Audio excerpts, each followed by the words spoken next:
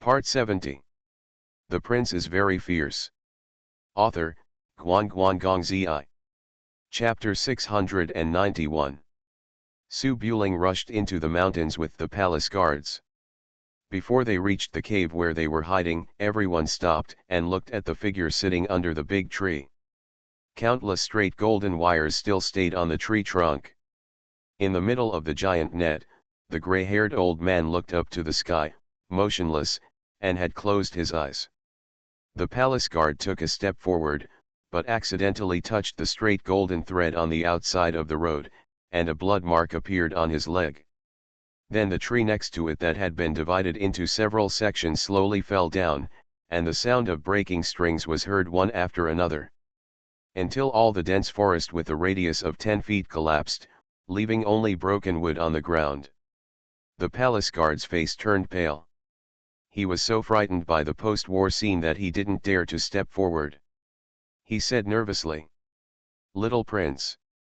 Su Buling's face was already livid due to the locking dragon goo. At this moment, his eyes were like ice, and the knuckles holding the spear turned white. AncientChina has never been in the world of martial arts, but he has always been a man of the world. Perhaps for AncientChina, dying in the wilderness is like returning to his roots. How could he simply regard this as a good death? Everything you do is worthy of your heart, and everyone you meet is worthy of your love. In the past, AncientChina had been instructed by AncientChina to escort Kui Zioan to him. Today it was his business to set up an ambush, but AncientChina died here as the door god. This unresolved debt should obviously be carried on his shoulders. Ning Qingyi stood behind him and saw the invincible patron saint of the imperial city. He just leaned under the tree and closed his eyes like an ordinary old man. His eyes were full of mixed emotions. He wanted to say something, but he didn't know where to start. Soon, the girl hiding in a nearby cave came out under the cover of her guards. When Kui Zioan heard that Su Buling was coming, her face was filled with joy. After taking a few steps, the joy in her eyes gradually faded and was replaced by disappointment. Due to her personality, Kui Zioan has always regarded birth, old age, illness, and death as the blooming and falling of flowers and plants. It is a very normal thing and takes it very lightly. But seeing it indifferently does not mean that you have no feelings. It is like a favorite peach tree that has bloomed for the last time after going through all the wind and rain. Even if you know that this tree has died, it is God's way, but you will never see it again in the future. How can you not be disappointed? Compared with Kui Zioan's silence, Zhu Manzi, who was running at the front, had obviously a much greater reaction. Seeing Lao Xia, who was bragging about fishing together a few days ago, leaning against a tree with blood on his chest, Zhu Manzi's face suddenly turned pale, and then he hurriedly ran forward. "Old Xia, you. After staying in Wolfguard for a year, Zhu Manzifan could control people's life and death. After walking in, he choked on his words, his eye circles suddenly turned red, and he pulled Su Buling's sleeve. "Mr. Su, what's going on?" "Lao Xia, why?" As he spoke, mist filled his eyes, and his face was full of grievances. Zhu Manzi has always valued friendship, and AncientChina once helped the Zhu family's wife and children survive the disaster. Even though she had only just met AncientChina, she already regarded this omniscient old man as an elder. A few days ago, she was still thinking about waiting for her father. When she came back, she had to support her in front of AncientChina. How could she bear it when AncientChina suddenly left like this? Ning Qingyi hesitated, stepped forward to hold Manzi, and whispered, "It's someone from the imperial court. Su Buling was poisoned. Let's go back first and let him handle this matter." Seeing that Su Buling's face was livid, just like when he was in Chang'an City, Zhu Manzi suppressed his emotions for the time being, looked at AncientChina a few times, and then turned and left with Ning Qingyi.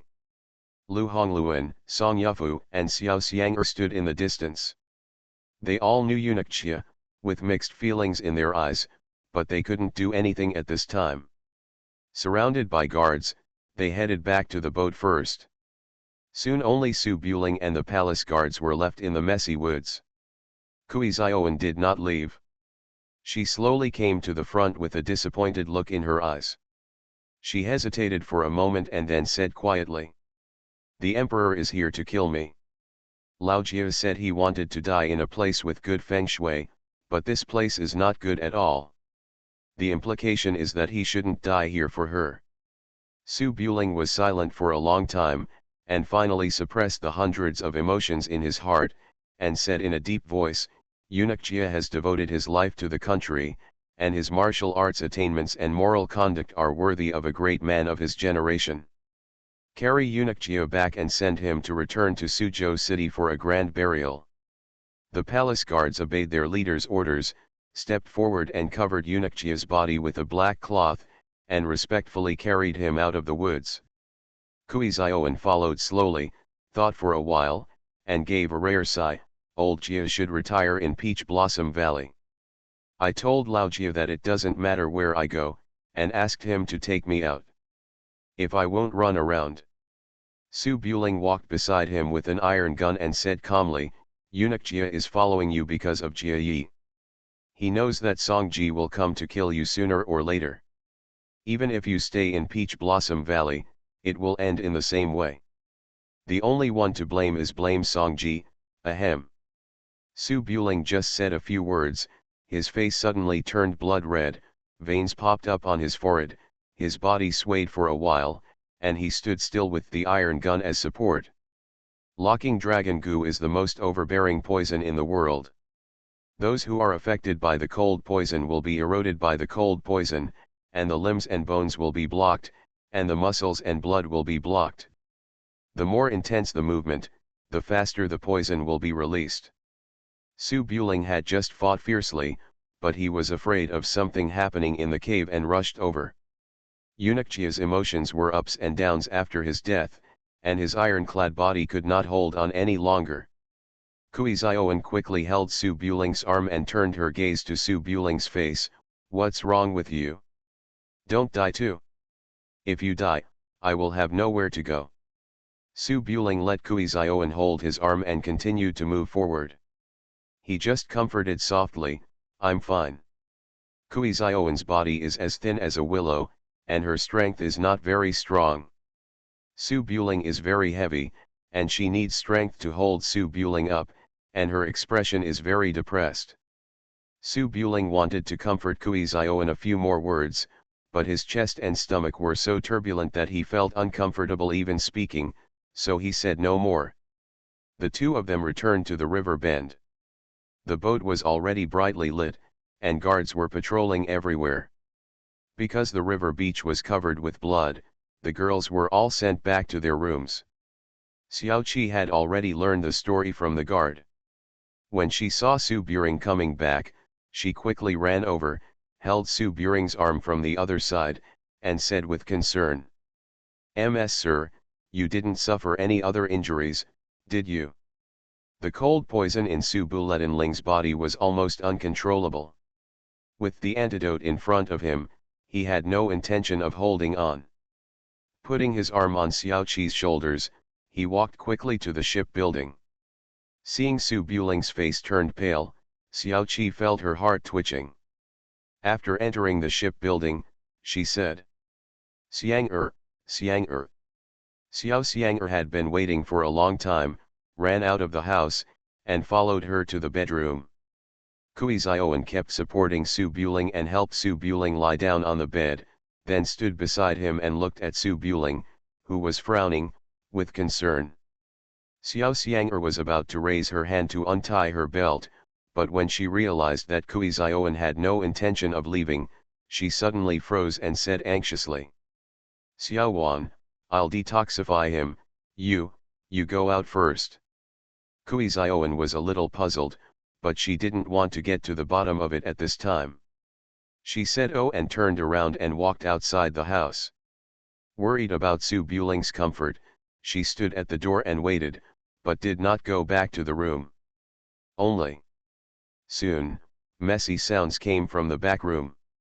"Sister, your medicine is very effective, You come first. Xian'er, please support my husband.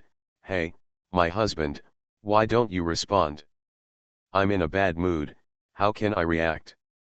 Then how to detoxify, Xian'er, think of a way.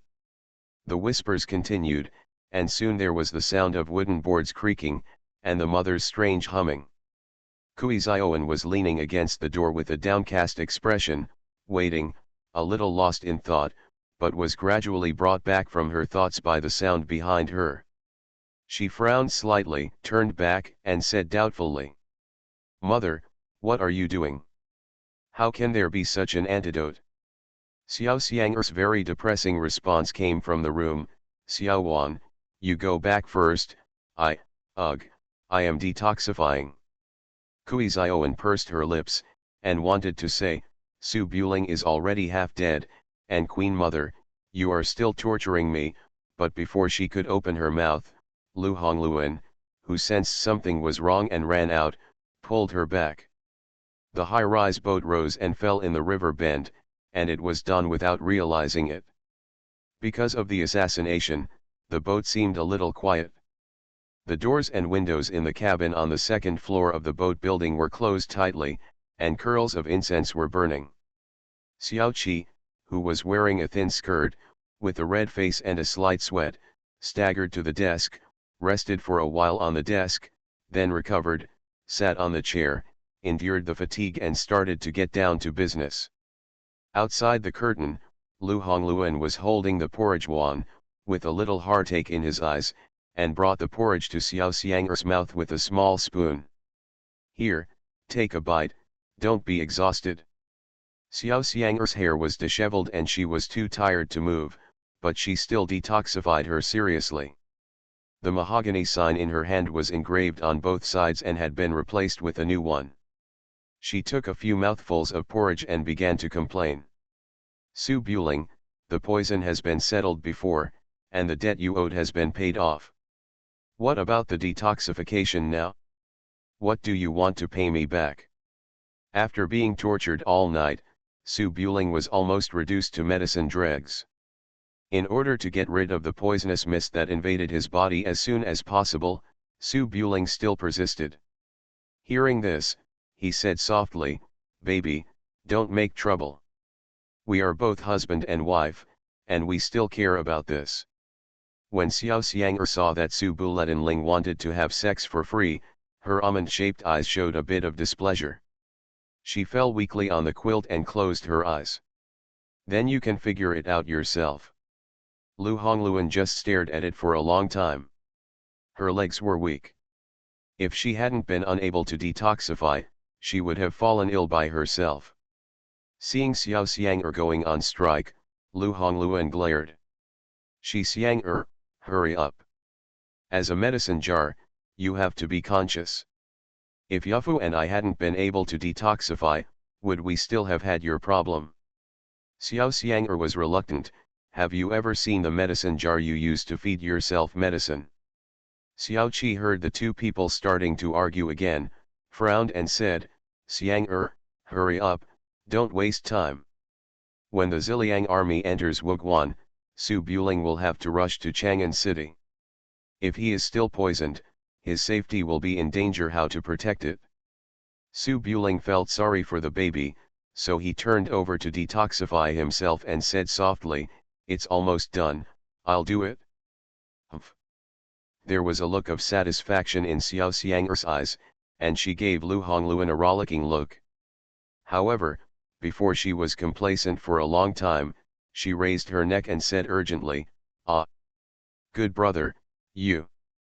Xiao Qi shook her head, turned her gaze to the pile of files in front of her, and got down to business.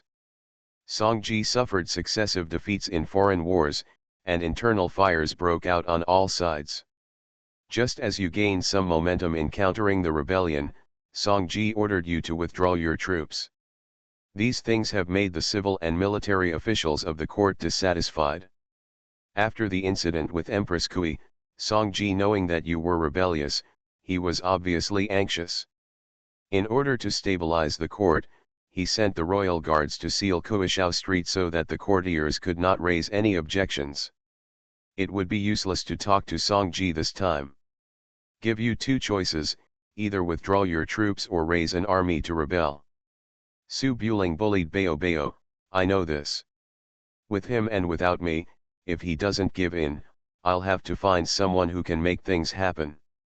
Xiao Qi nodded gently, this time you go to Beijing, you must make good use of this opportunity. The four kings have raised an army to dismiss Songji, and they have found reasons with evidence. It is unreasonable to ask you to withdraw your troops after winning consecutive battles.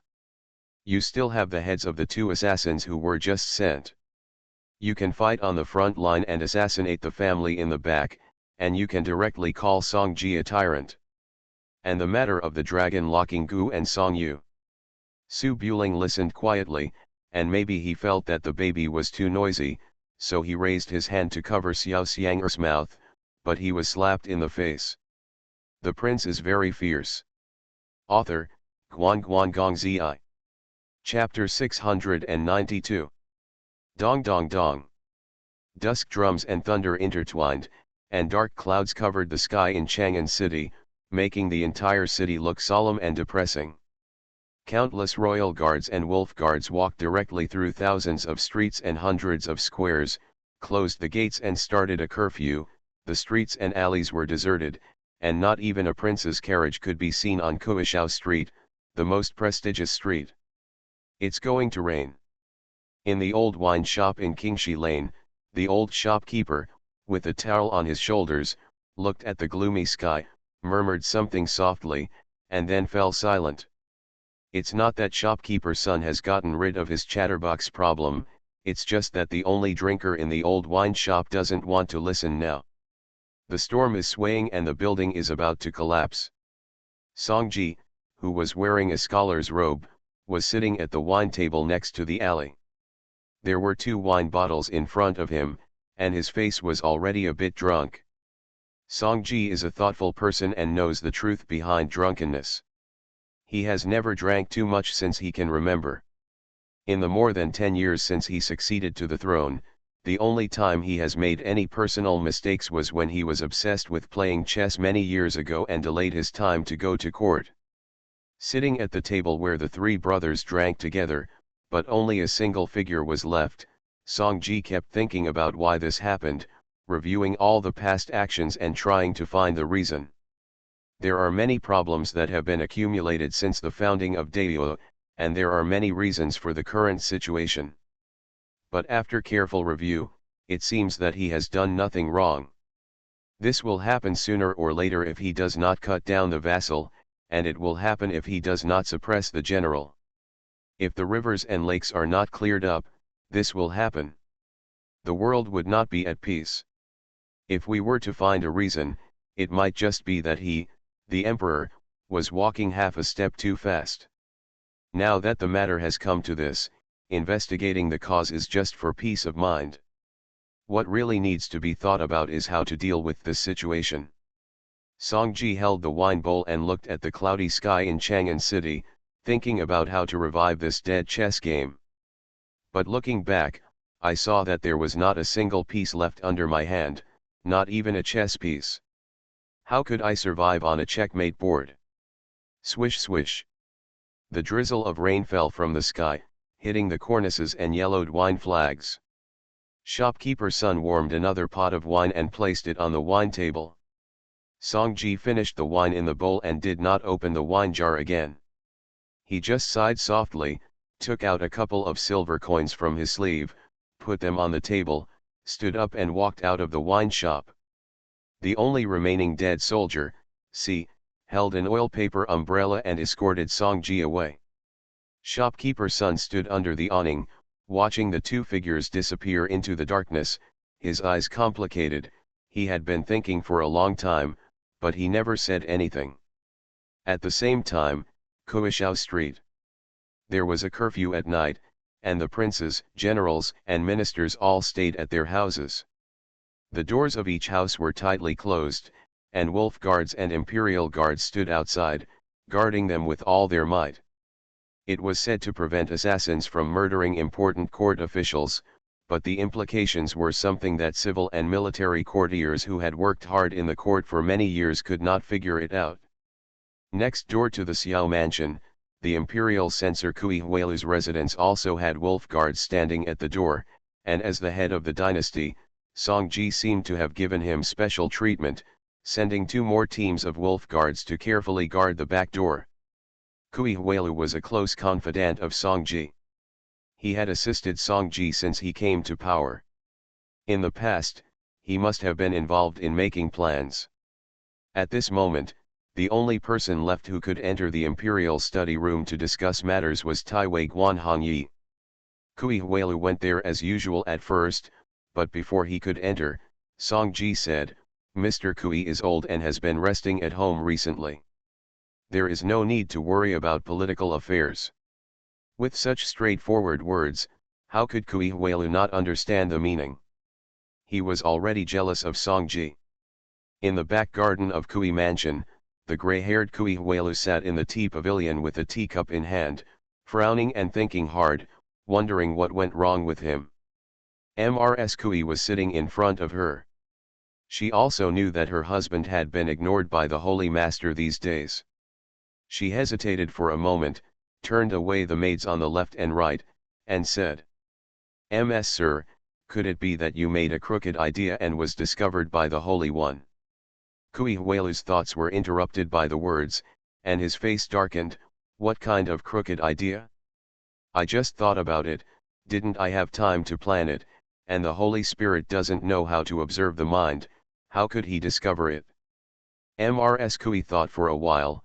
The Holy Emperor must have known about Xiaoan. "Do you think the Holy One will send someone to harm Xiaoan?" When Kui Huailu heard this, he became very angry. "If you, a stupid woman, hadn't hidden it from me, how could it be like this? After so many years, I was not even allowed to enter the imperial study. The wolf guard at the door was better than Xiao. There are so many families, it's just. Now that things have come to this, what's the use of scolding me? Your Majesty is suspicious by nature. Didn't you hide Xiaoan's matter after you found out about it? Now that His Majesty is jealous of you, who can you blame? Last time, you stopped me from confessing to the Holy One. Who do you blame?" Mrs. Kui sighed, "There is no turning back from this matter.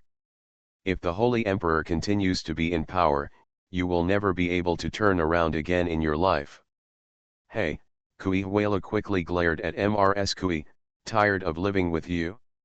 Your Wang family wants to confiscate and exterminate their family, so don't hold my Kui family back." "Which Wang family and Kui family? I married into the Kui family." Mrs. Kui sighed, sat a little closer, raised her hand and pointed to the house next door. "You are already jealous of the Holy One, and you are still on the ship. Even if the Holy One suppresses the storm, you will not get any credit. If the ship sinks, you will definitely be the first one. If you want me to know, you can ask Xiao Lu what the 2 families mean. Think about it, Xiao Xiang's sister is the imperial concubine, and you are Xiaoan's father. If they were on the same boat, Xiao Xiang would have to call you uncle. You, how can you treat a woman's view of court affairs like such a trivial matter?"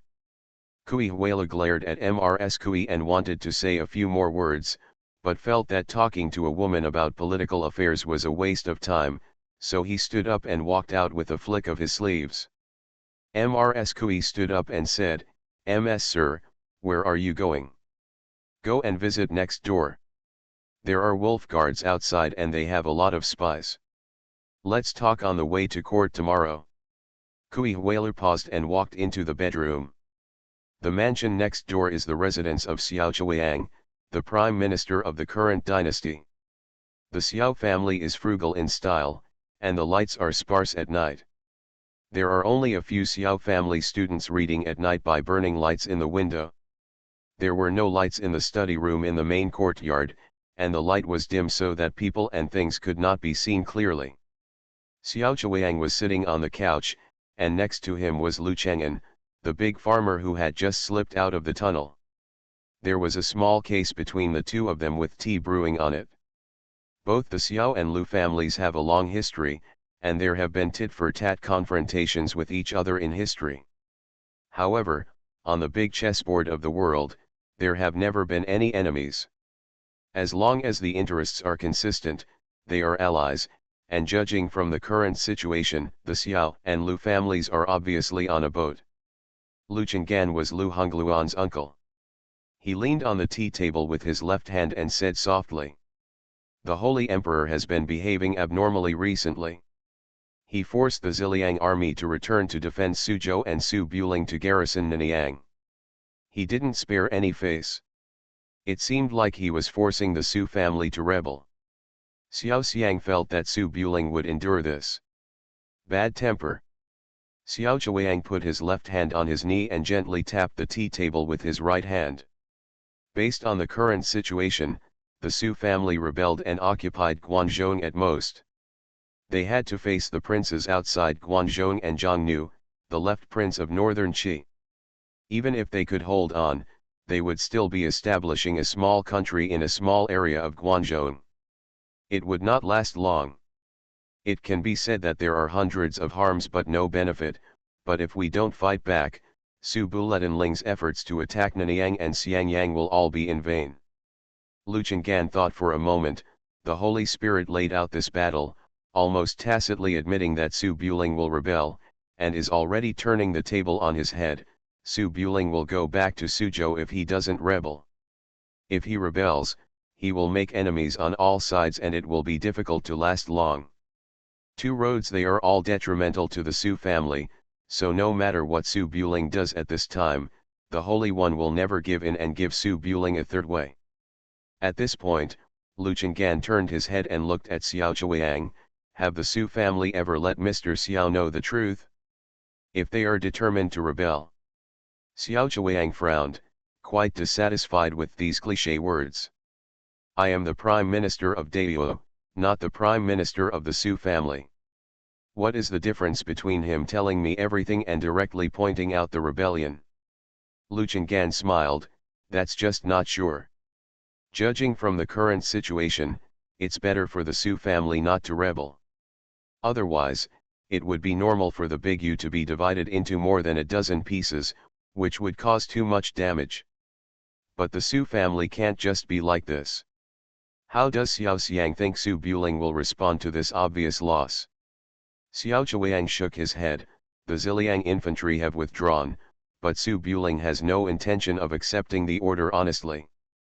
He is expected to return to Chang'an in 2 days and ask the Holy One for justice. Then we will see what he says and what the Holy One does say.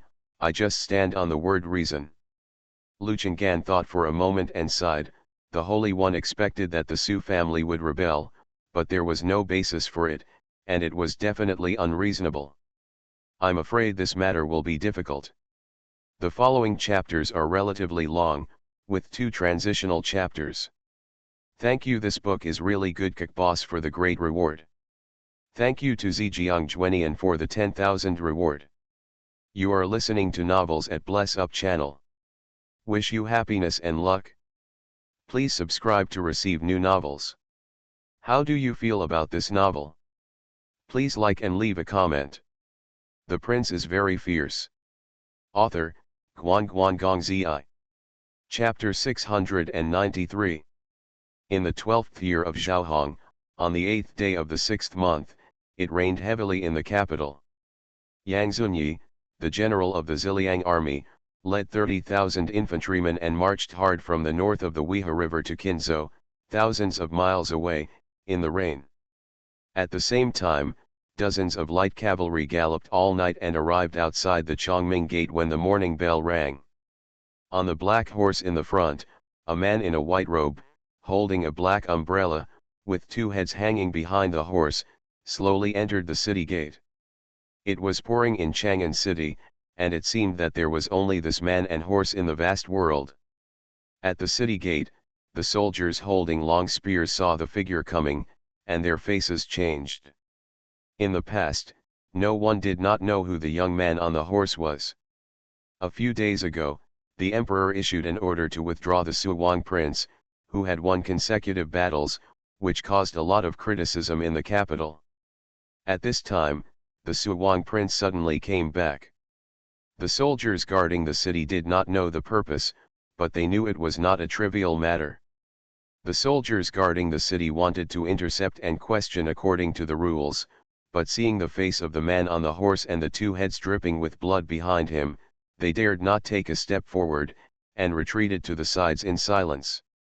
Someone behind the city gate ran quickly to the imperial city to report the news. The heavy rain was pouring down, and there was no one on Zuk Street. Looking up, you can see the towering imperial city at the end of your vision. Su Buling held a black umbrella and walked slowly in the middle of Zuk Street. In the buildings on both sides, scholars, singing girls, and drinkers watched the war horses passing through the street with surprise and a bit of awe. The awe came from the heart, capturing the Prince of Northern Qi alive in front of the army, breaking Nanyang with 2,000 soldiers and horses, and breaking Xiangyang with 20,000 soldiers and horses. These three deeds alone are enough for Su Buling to call himself the descendant of General Su Lai. Who in the world dares to question it? The people of Chang'an City know it, the civil and military officials know it, and even Song Ji knows it. Therefore, Su Buling suddenly ran back from the front line. Although the scholars on both sides of the street were surprised, they were not surprised at all. In the situation of winning battles, he was suddenly forced to withdraw by the monarch. If he did not come back to ask for an explanation, would Su Buling agree? Would the soldiers on the front line agree? On both sides of Zuk Street, countless eyes stared at the white-robed man riding a horse passing by and gradually arriving at the imperial city. In the imperial city, the square in front of the palace was drizzling, and the towering palace stood solemnly. In the Taiji palace, Song Ji sat on the dragon chair as usual, looking at the courtiers below. The civil and military officials stood on the left and right, looking at the nose and the heart, and stood silently. Tai Wei Guan Hongzhou reported the war on the front line. After that, Song Ji made arrangements and the eunuch went down to pass the order. In the entire court, only these two people were talking, and the other court officials were silent. Maybe someone wanted to say something, but Song Ji had been moody these days, and he was arbitrary in everything and didn't listen to the opinions of the ministers at all. The 3 dukes and 9 ministers gradually shut up. Without the 3 dukes and 9 ministers taking the lead, the ministers in the back wanted to speak, but in this dead silence, how dare they speak? Report: the Prince of Su came to the capital to meet the emperor. Guan Hongzhou was talking when a hurried report suddenly came from outside the hall, and the ministers looked at him sideways. The panicked voice made Guan Hongzhou frown, but after hearing it clearly, his face turned pale again. Su Buling came very suddenly. He didn't inform the court before coming, and rushed back from Nanyang overnight. But the civil and military officials in the Taiji Hall, including Song Ji on the dragon throne, were not surprised, but felt a little relieved that he finally came. A few days ago, Song Ji issued an edict, asking the infantry of the Ziliang army, which had just defeated Xiangyang, to return to defend Ziliang, and to ask Su Buling, who had won consecutive battles, to return to the rear to guard Nanyang. This imperial edict almost forced the Su family to go crazy. The ministers all had opinions, but they could not stop it. Although it is said that the king orders the minister to die, the minister must die. If the ministers cannot have any opinions on such an inexplicable imperial edict, what are the civil and military officials for? Let the monarch make the decision on major world affairs. Now, seeing that the unconvinced Su Buling came back to explain, the ministers all watched coldly, wanting to see how the emperor on the dragon throne would explain to Su Buling and even tens of thousands of soldiers. On the dragon throne, Song Ji was still calm as before, looking at the white stone imperial road outside the hall, and said calmly, "Announce! Announce, Prince Su enters the hall." The eunuch's loud voice was transmitted into the rain curtain outside the Taiji Hall, and the civil and military officials turned their heads and looked outside the hall. Under the rain curtain all over the city, a black horse entered from the palace gate, and the crisp sound of horse bells and horse hooves could be heard from afar. The man on the horse was alone, but his momentum was like the violent storm in the city, slowly pressing towards the highest palace in the world. Tap, tap, tap. Su Buling rode the horse and walked slowly along the imperial road, looking at the gilded plaque on the hall. The rain slid down from the umbrella ribs, dripped on the saddle, and then dripped from the saddle, mixed with the blood of two heads, and hit the flat stone road outside the Taiji Hall. The civil and military officials and Songji watched Su Buling stop at the steps, turn over and dismount, and take the two heads from the side of the horse. Seeing this scene, there was a little noise in the Taiji Hall. The officials looked around and asked, whose head did Su Buling bring back? Guan Hongzhou, who was standing at the front, turned pale again. He thought Su Buling had killed his brother Guan Hongyi. He was furious and wanted to kneel down and wail, but it was too early. He could only stare at the figure coming up the steps. Su Buling carried two heads and walked through the drizzling rain. Even though his eyes were calm and he said nothing, the golden gourd warriors standing outside the hall could feel the hostility in him, but no one dared to step forward to stop him. They just stood on both sides with their heads down. Tap tap tap. In the entire Taiji Hall, there was only a crisp sound of footsteps, passing by the officials in the back row, then to the mainstay of Daewoo, and finally to the Sangong and Juking at the front. Su Buling's hands were still dripping with rain and blood. He stood in the center of the Golden Palace, threw the two human heads wrapped in cloth at the foot of the steps in front of the dragon chair, and raised his hand calmly. "My lord, if you don't order me, please see your majesty." Two human heads wrapped in black cloth rolled several times on the mirror-smooth ground and hit the steps with a soft thud. Prime Minister Xiao Chuang and Chief Nong Luchingan glanced at Su Buling with a little doubt in their eyes. Kui Huelu lowered his head and remained silent, as if he didn't see anything. The remaining ministers frowned, not knowing why. The Emperor Songji knew who these two heads were. He was filled with rage in his heart, but his face was calm and calm. Tai Wei Guan Hongzhou saw that the silence in the Tai Chi Hall was a bit strange. He hesitated for a moment, squatted forward, opened the package and took a look. Although he was slightly relieved that he did not see his brother's head, his expression changed after he saw who the bloody head was. Slightly startled, he raised his eyes and looked at Songji. Songji gently rubbed his fingers and asked, "Whose head?" Guan Hongzhou stood up, hesitated a little, looked at Su Buling next to him, and then said softly, "It's Secret Guard Lao Yi and Detective Division Song Ying." Buzz. As soon as the words came out, the Tai Chi Hall was filled with noise. The ministers first wondered why Su Buling killed the emperor's cronies, and then were shocked that the emperor's cronies had a chance to be killed by Su Buling. Su Buling just came back from the front line, carrying the heads of the secret guards in the palace, which can only mean. Sangong and Juking frowned and looked at Songji. Songji's face also showed a bit of surprise.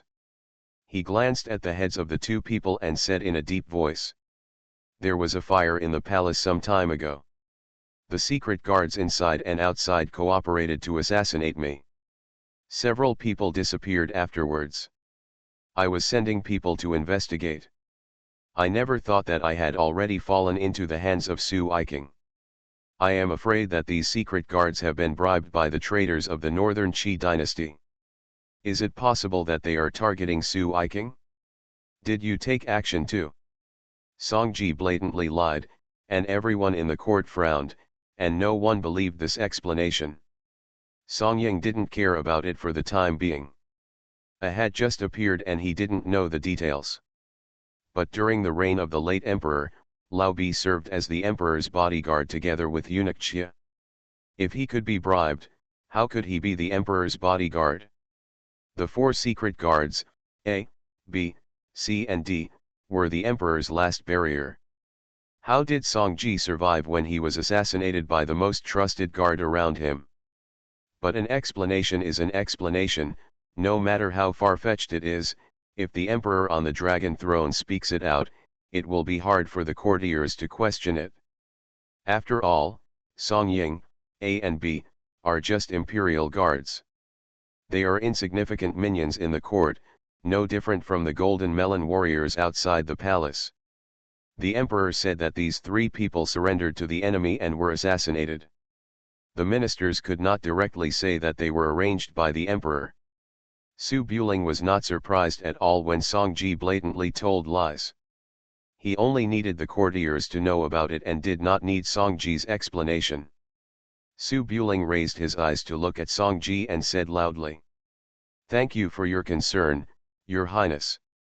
I fought hard in Xiangyang the day before yesterday.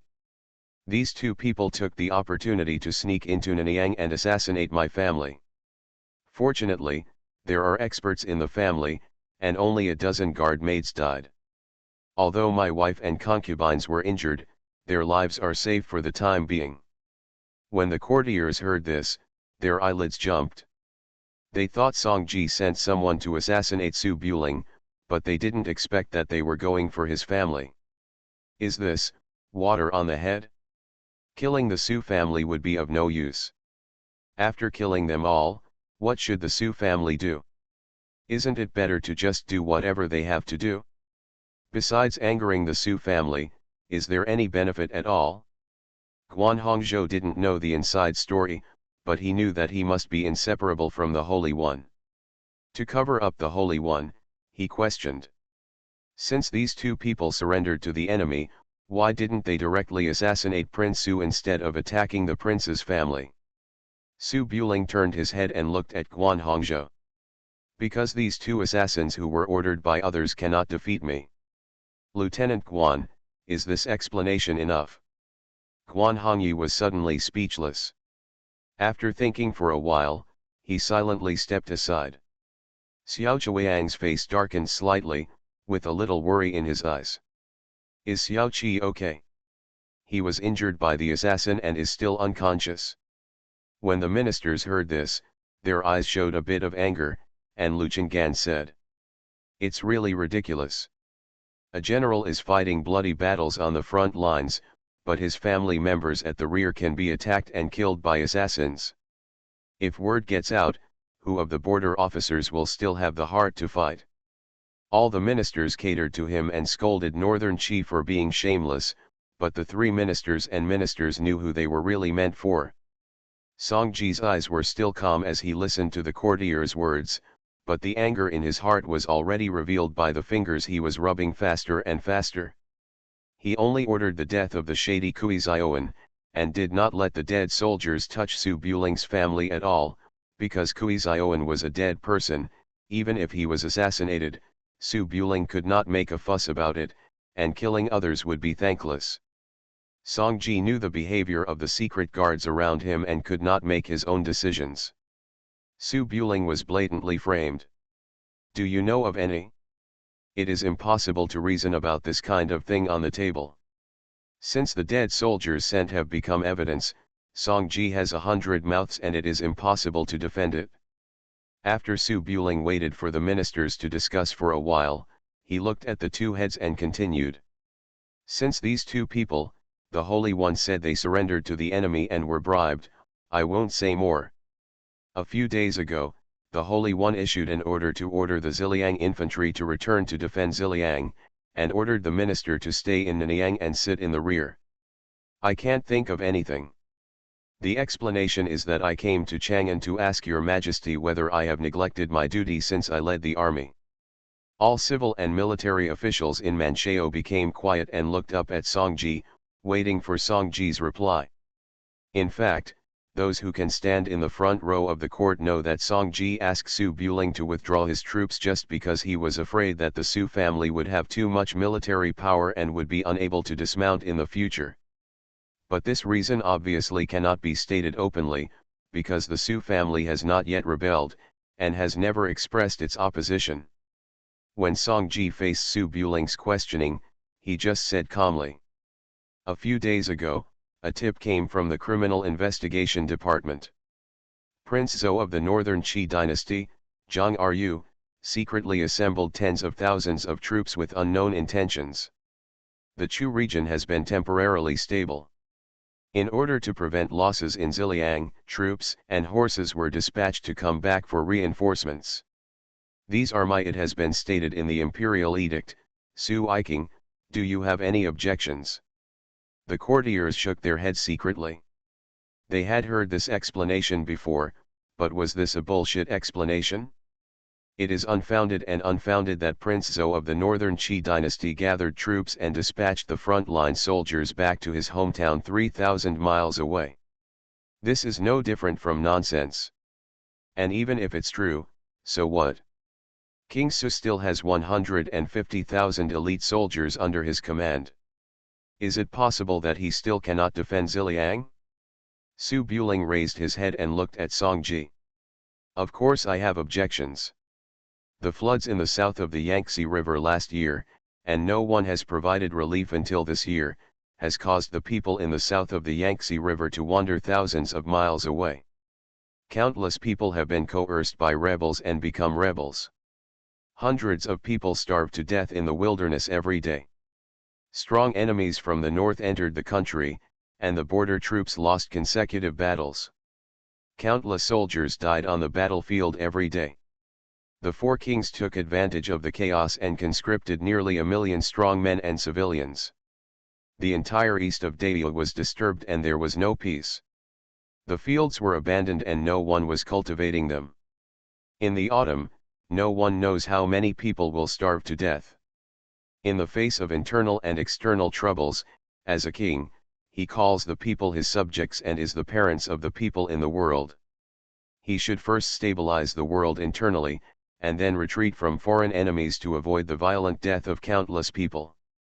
Now, I am leading 50,000 troops from Ziliang, equipped with armor and horses, to quell civil strife for the Holy One.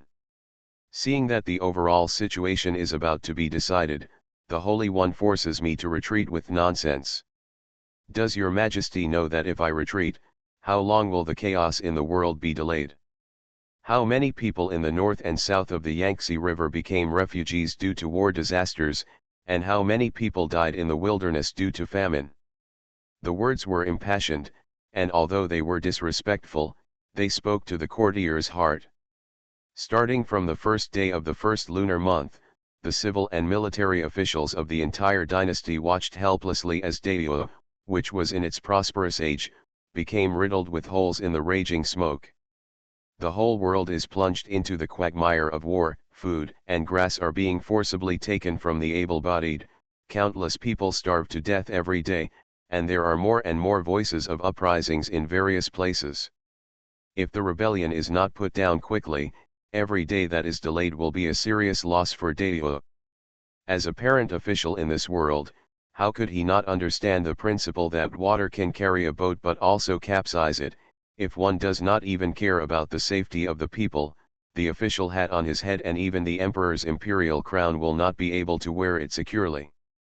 The civil and military officials of the Manchu dynasty discussed the situation day and night, in order to first stabilize the internal situation, then drive away the foreign enemies, and restore Daeyo to the state of living and working in peace and contentment before the war. Seeing that the situation was improving, Song Ji suddenly pulled the reins from behind. How could the officials not have complaints in their hearts? The Emperor Song Ji also understood this truth, and he wanted to pacify the outside world and reduce the casualties of the people. But as a king, royal power is more important than anything else. After the world is peaceful, if the Song family is gone, what's the point of having peace in the world? This is not selfishness, but this is how a monarch should be. No one would be so generous as to give up imperial power to others for the sake of the safety of the people. After listening to Su Buling's words, Song Ji just said calmly, "The people of Ziliang are also my people. Prince Zhou of the Northern Qi dynasty is ready to make a move and mobilize his troops to defend. There is nothing wrong with it. Guan Hongyi brings 20,000 Ziliang troops and government troops, which is enough to pacify the four kings." Su Buling took a step forward, then, Your Majesty, why did you ask me to stay away from the front line and retreat to Nanyang? Songji responded calmly, the troops and horses have not moved yet, but the food and grass go first. Logistics management is more important than charging into battle. You are still young, so you can't just charge ahead with the courage of an ordinary man, but you must also hone your skills in this area. The Holy One is just afraid that my Su family will rebel. While Songji was explaining, Su Buling, who was standing with his head held high, suddenly shouted loudly, suppressing Songji's words. The sound was like thunder, extremely loud in the empty hall, and the courtiers who listened carefully were trembling with fright, and then their eyes were full of astonishment. Guan Hongzhou was startled, and after he came to his senses, he glared. No, you are so presumptuous. Su Buring ignored Guan Hongzhou, turned around, and faced the civil and military forces of the Manchu dynasty. Everyone knows it well, so why bother hiding it in this court? The Ziliang army traveled 3,000 miles and came to Woguan to throw their heads and blood for the peace of Daewoo. Just because I am good at fighting and conquered Nanyang and Xiangyang, I suddenly ordered the Ziliang army to go back to Ziliang. What could be the reason? I, the Su family, sit in the territory of 12 states, and have 200,000 troops in our hands. Our troops are strong and our horses are strong, and our achievements are impressive. We have already been suspected by others. If I defeat the four kings again and gather my troops to establish prestige, the Guangzhou army will not be able to suppress it. The Holy Lord is afraid that my Su family will rebel. Apart from this reason, what else could make the Holy One issue this almost absurd edict? He angrily asked the officials, but the civil and military officials were speechless and did not dare to answer. After all, this was not something that should be said on the table. Guan Hongzhou's face turned red and he said angrily, "You are talking nonsense. How could the Holy One?" Su Buling's eyes were sharp as he scanned the court's civil and military forces. When the cunning rabbit dies, the lackeys are cooked, and when the birds are gone, the good bough is hidden. This principle has existed since ancient times, but I want to ask you, has my Su family ever rebelled? During the founding of the People's Republic of China before Jiazi, my grandfather Su Lai was born as a butcher. He fought for decades and became a general. He commanded nearly 1 million troops in Daewoo. Today's Liaxi Army, Guangzhou Army, and Ziliang Army are all under my grandfather's command. Let me ask you, did my grandfather ever feel ashamed to treat Emperor Xiaozong in the slightest? The ministers were silent. Regarding the General Su Lai, no one in the three kingdoms of the world, from the emperors, generals, and ministers to the common people, was unconvinced. He just brought peace to the world and was not greedy for power. He had been a minister of you all his life, and he had never I am half ashamed of the imperial court. Su Buling glanced at the ministers. My grandfather's achievements were so great that everyone in the government and the public was dissatisfied. He wanted to usurp the throne, but it was just a matter of opening his mouth. But my grandfather didn't object. He relieved himself of military power, received a reward from Emperor Xiaozong, led tens of thousands of soldiers out of the gate, ran to a wilderness 2,000 miles away to eat sand, and guarded the country for Daewoo, without a single complaint until his death. All the ministers and even Songji were speechless. Su Buling paused and continued. Let's talk about my father. My Ziliang army is strong, and we are about to attack a key point. Guo Xianzhong and hundreds of thousands of Guangzhou troops also want to stop my father's powerful army. 12 years ago, when Tai Ying was hunting deer, the Lu family of Donghai disobeyed the court's orders and the court attacked him. The Lu family of Donghai is my mother's natal family, the head of the Lu family is my father-in-law, and my father has an army of 200,000. In that case, why don't you rebel? All the officials were speechless. Su Wangsuyu did not show any reluctance. The only time he came out of Qinzhou to surprise the northern Qi dynasty was when he used devious tactics to regain territory for Daiyue. You can't say that he has any rebellious intentions. Su Buling was pacing back and forth at the steps in front of the dragon chair. Not only did my father not rebel, he also personally asked for orders to lead troops to go to the Lu family to exterminate their relatives, causing my mother to die in depression. Let me ask you, until now, I, the Su family's loyal martyr, have failed the imperial court, and how have I failed the people of the world? Songji clenched his fists tightly and, like Begwin, could not say a word. Because these are facts, even the emperor cannot refute them. Su Buling glanced at the ministers, and when no one responded, he continued. My Su family has never been disloyal to the imperial court. Just because my Su family is good at fighting has attracted suspicion. I went to Chang'an to study.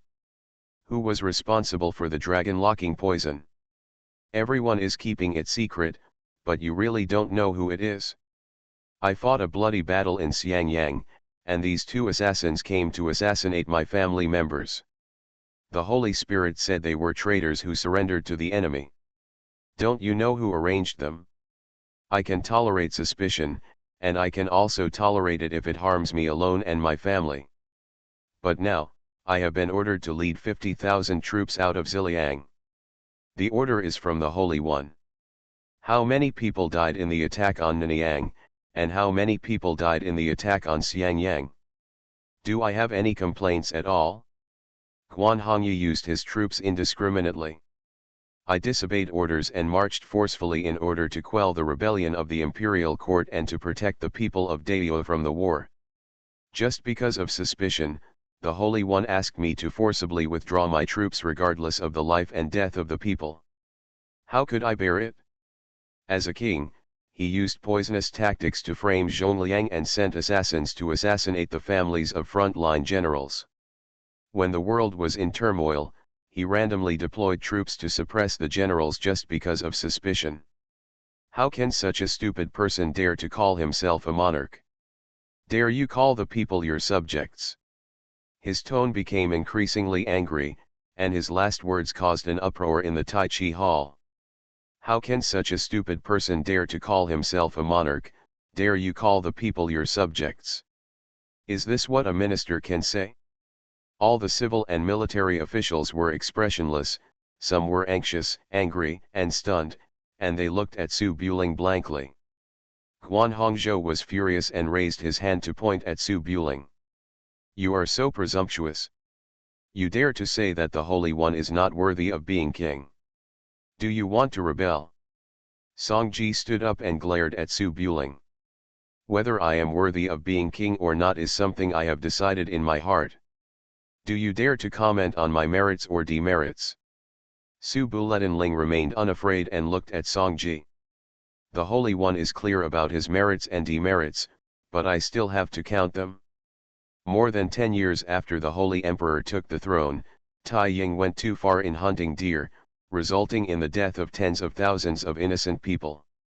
Just because they were suspicious of my Su family, they deployed more than 100,000 troops in Qianyang Pass and used up all their financial resources to support a group of idle people. As a result, there was a drought in Shu, and the court could not provide rice for disaster relief, so my father was asked to raise grain for disaster relief. There was a flood in the south of the Yangtze River. Even though the king of Wu knew that he could not make ends meet, he still forcibly collected money and food, causing the people in the south of the Yangtze River to be displaced thousands of miles away. Years ago, the Liaxi army was sent to the south of the Yangtze River to quell the rebellion. Just because I appeared in Yuzhou, they sent the Wolf Guard to blockade Yuzhou and arrest me as a rebel. They also transferred the Guanzhong army to the west. As a result, the central part of the country was empty of troops, causing the northern Qi dynasty to 300,000 troops entered the pass, and now they have all reached the banks of the Yellow River.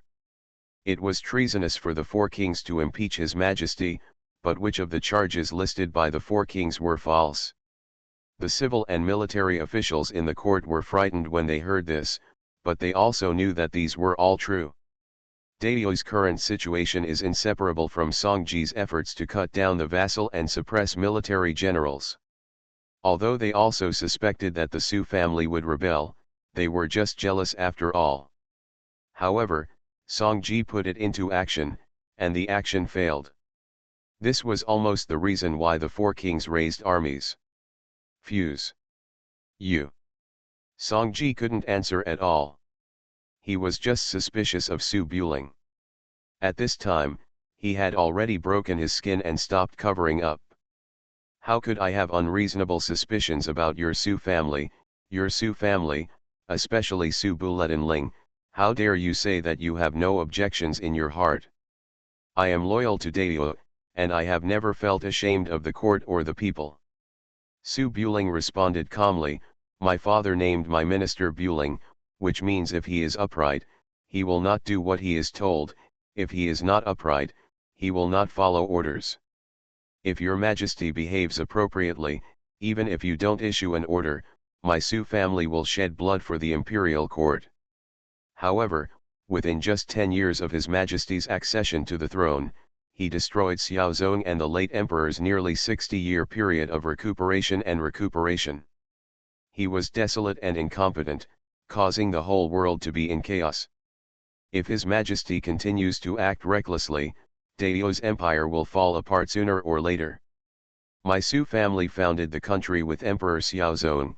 How could we obey the orders of the Holy One again and watch Dao destroy the country at the hands of the Holy One with our own eyes?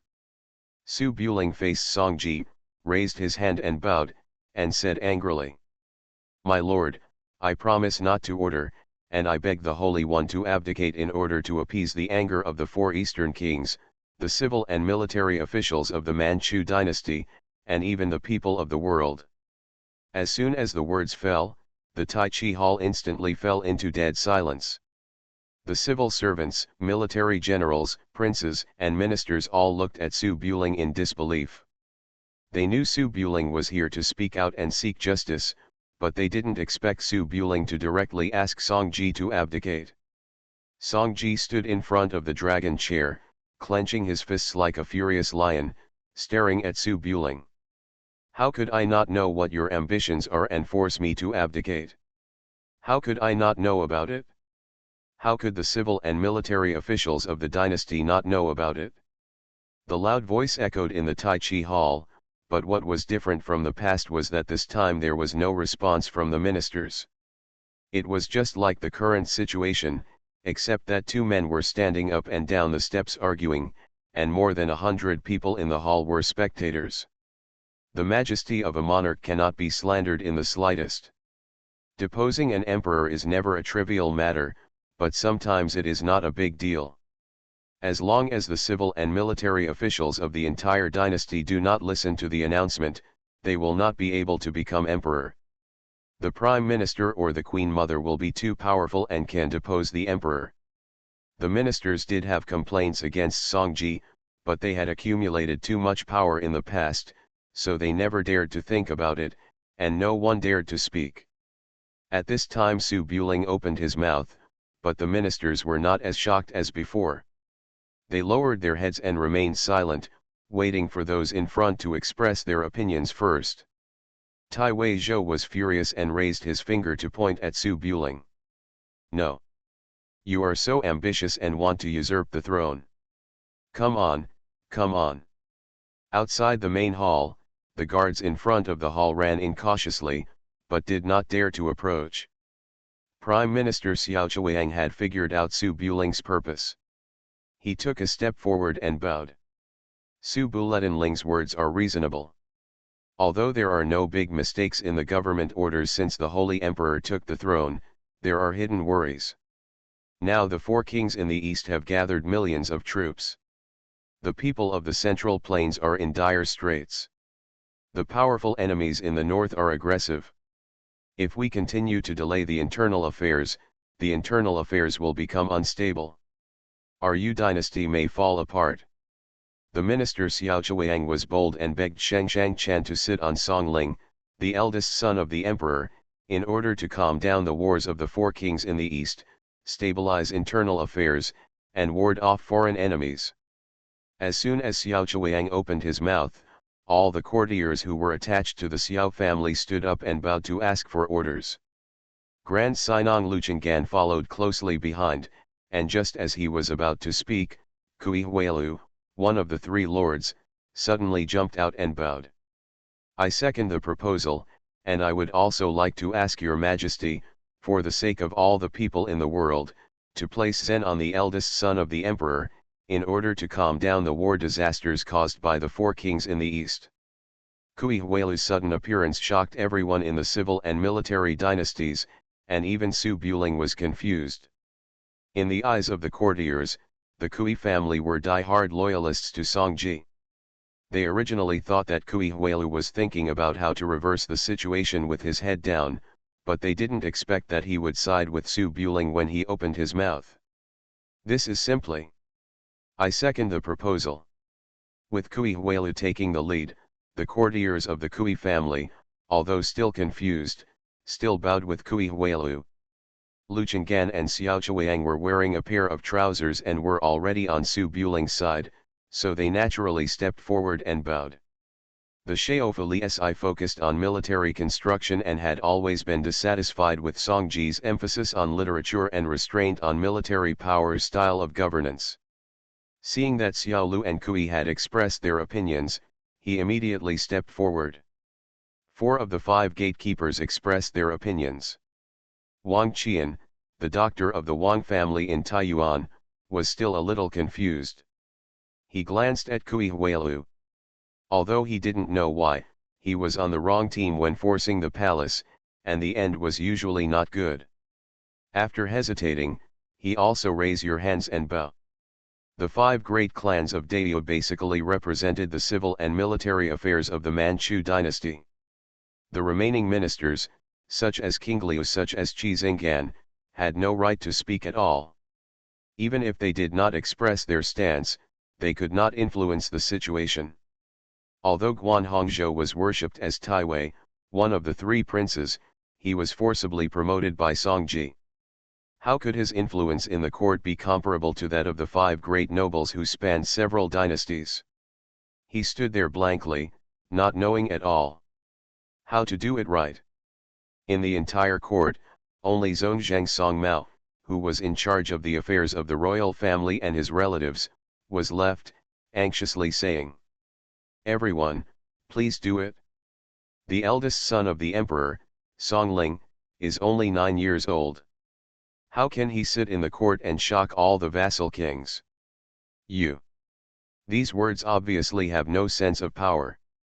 After all, the emperor on the dragon throne has already forced 4 of the 7 kings to rebel, and he wants to force the 5th to rebel.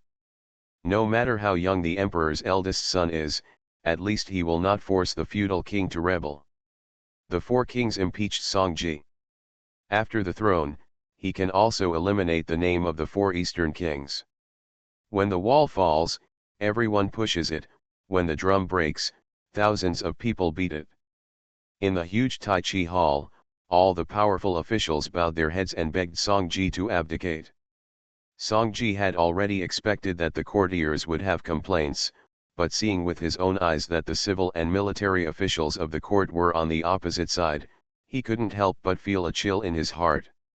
Songji stood upright in front of the dragon chair, looking at these respectful ministers in the past, and said coldly, "My lords, stand with me in this Tai Chi hall day and night, deciding on the world's major events. You know in your heart whether I have done anything wrong. He will rebel if he is not ordered to do so.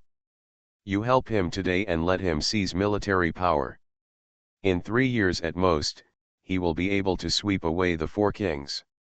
When Chang'an is in trouble, who will help the king? King Su. All the ministers eat the salary of the Song family and enjoy the favor of the Song family. I have been on the throne for more than 10 years, but have I ever treated you unfairly and unduly in rewards and punishments?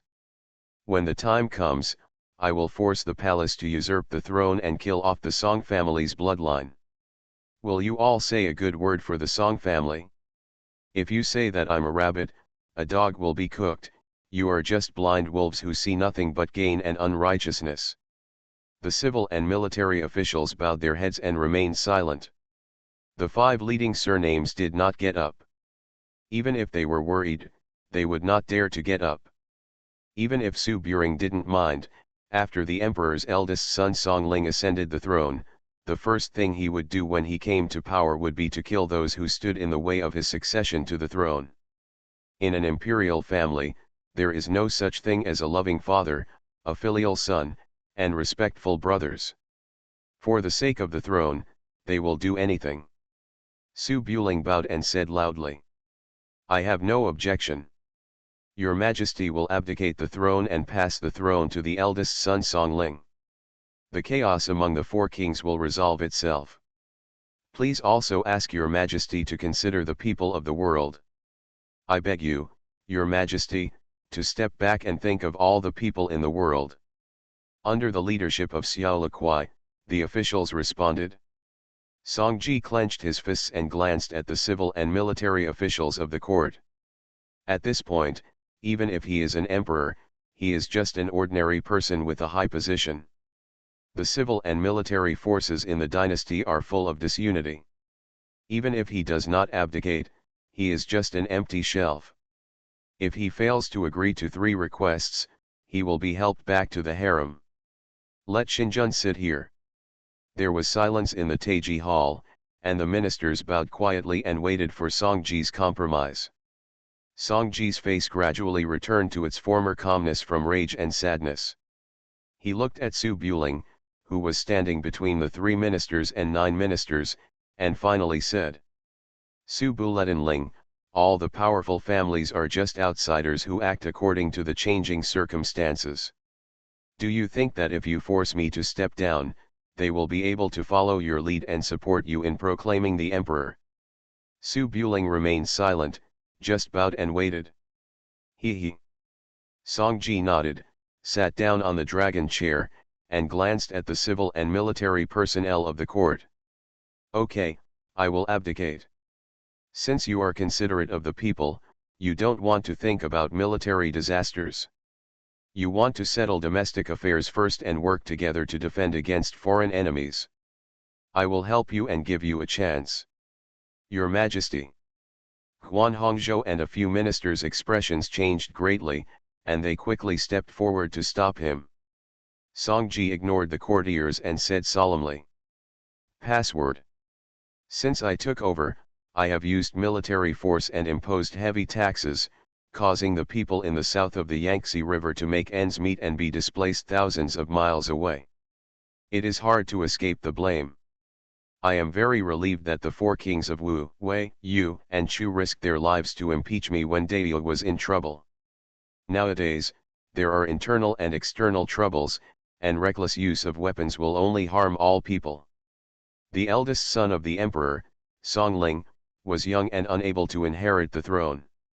King Song Xiaoying of Wei, who was highly respected in virtue, civilized and military, specially summoned him to the capital immediately to inherit the throne. As soon as the words came out, the silent hall instantly became noisy, and all the officials raised their heads in disbelief. Xiao Chuiang, Lu Chenggan, and Kui Huilu all frowned, with surprise in their eyes. Song Ji's crime has been revealed, and passing the throne to King Wei is equivalent to giving up all the imperial lineage of his own lineage. This is really unbelievable. But if you think about it carefully, this selfless decision is really appropriate. The 4 kings went to war not just for the throne. Among the 4 kings, King Wei has the strongest military force. Even if he wins, King Wei will probably be the emperor. Song Ji gave up the throne to King Wei cleanly, so the 4 kings would definitely not recruit more troops, and King Wei would have to be grateful. As long as the 4 kings stop making trouble, Daiyue will be instantly stabilized internally, and it will only be a matter of time before we gather the power of the whole country to push northern Qi back. This situation is good for the civil and military forces of the Manchu dynasty and even for the whole world. The only person who is not good for it is probably the lineage of King Su. When Song Ji's Zen position resolved the 4 kings' rebellion, there was no need to quell the rebels.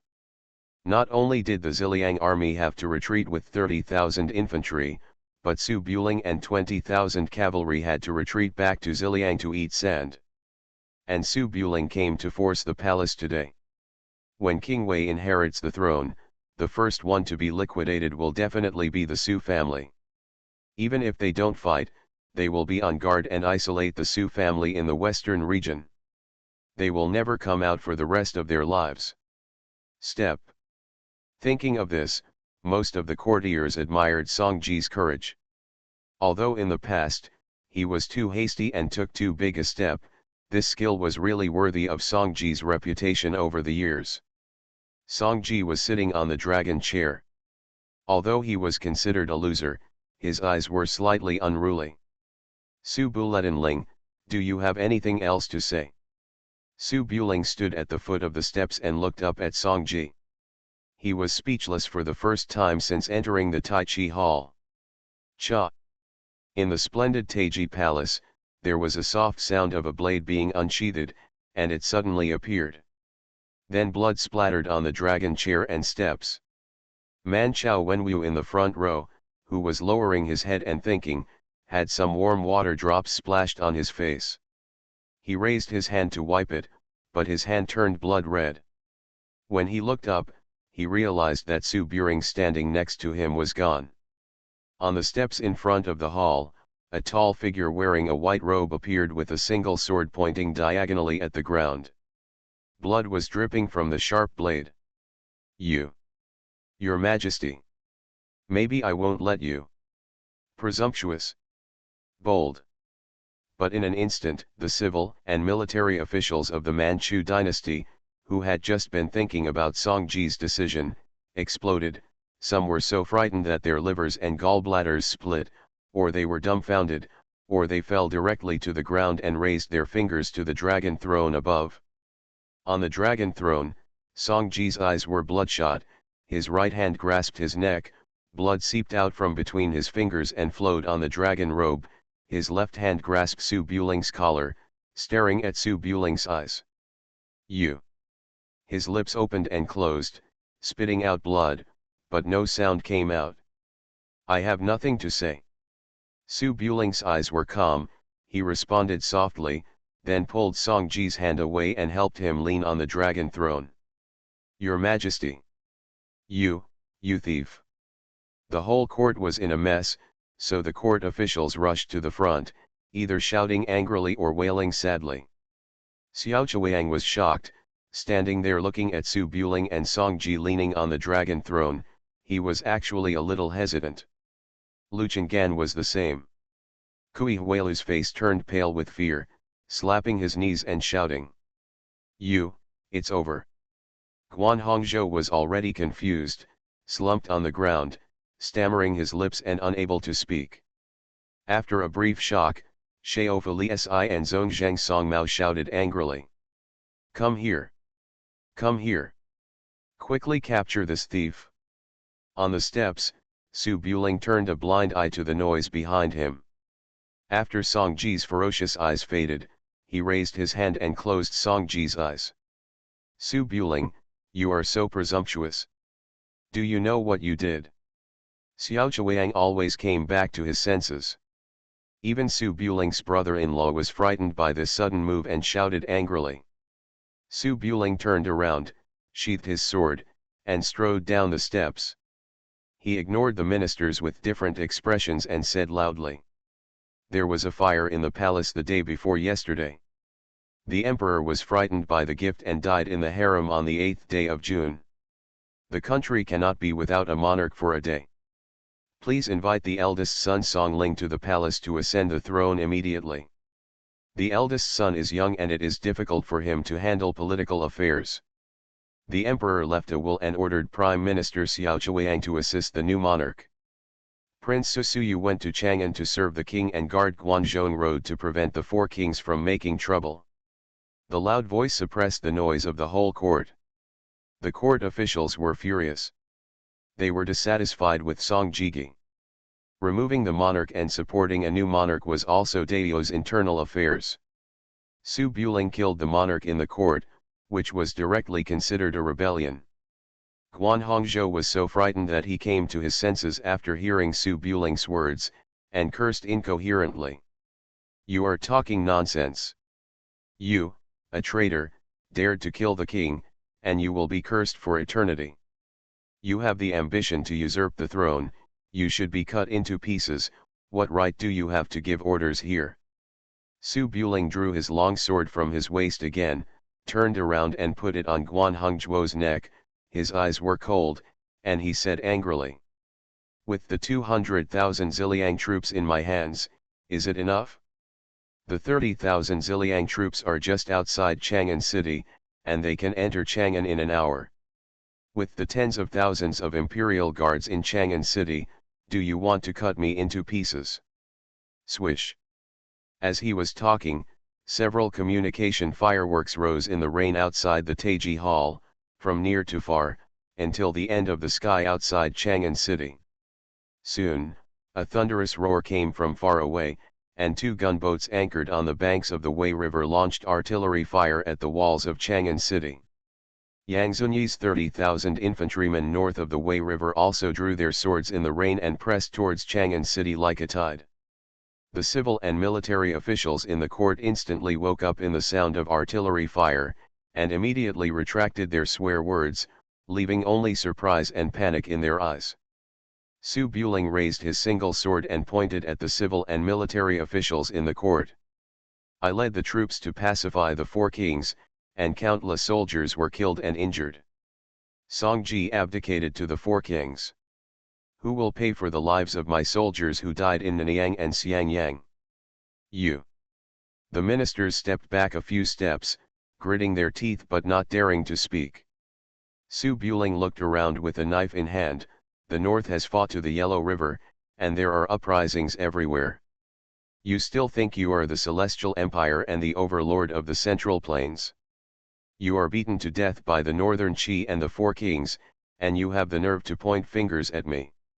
So what if I killed the Emperor?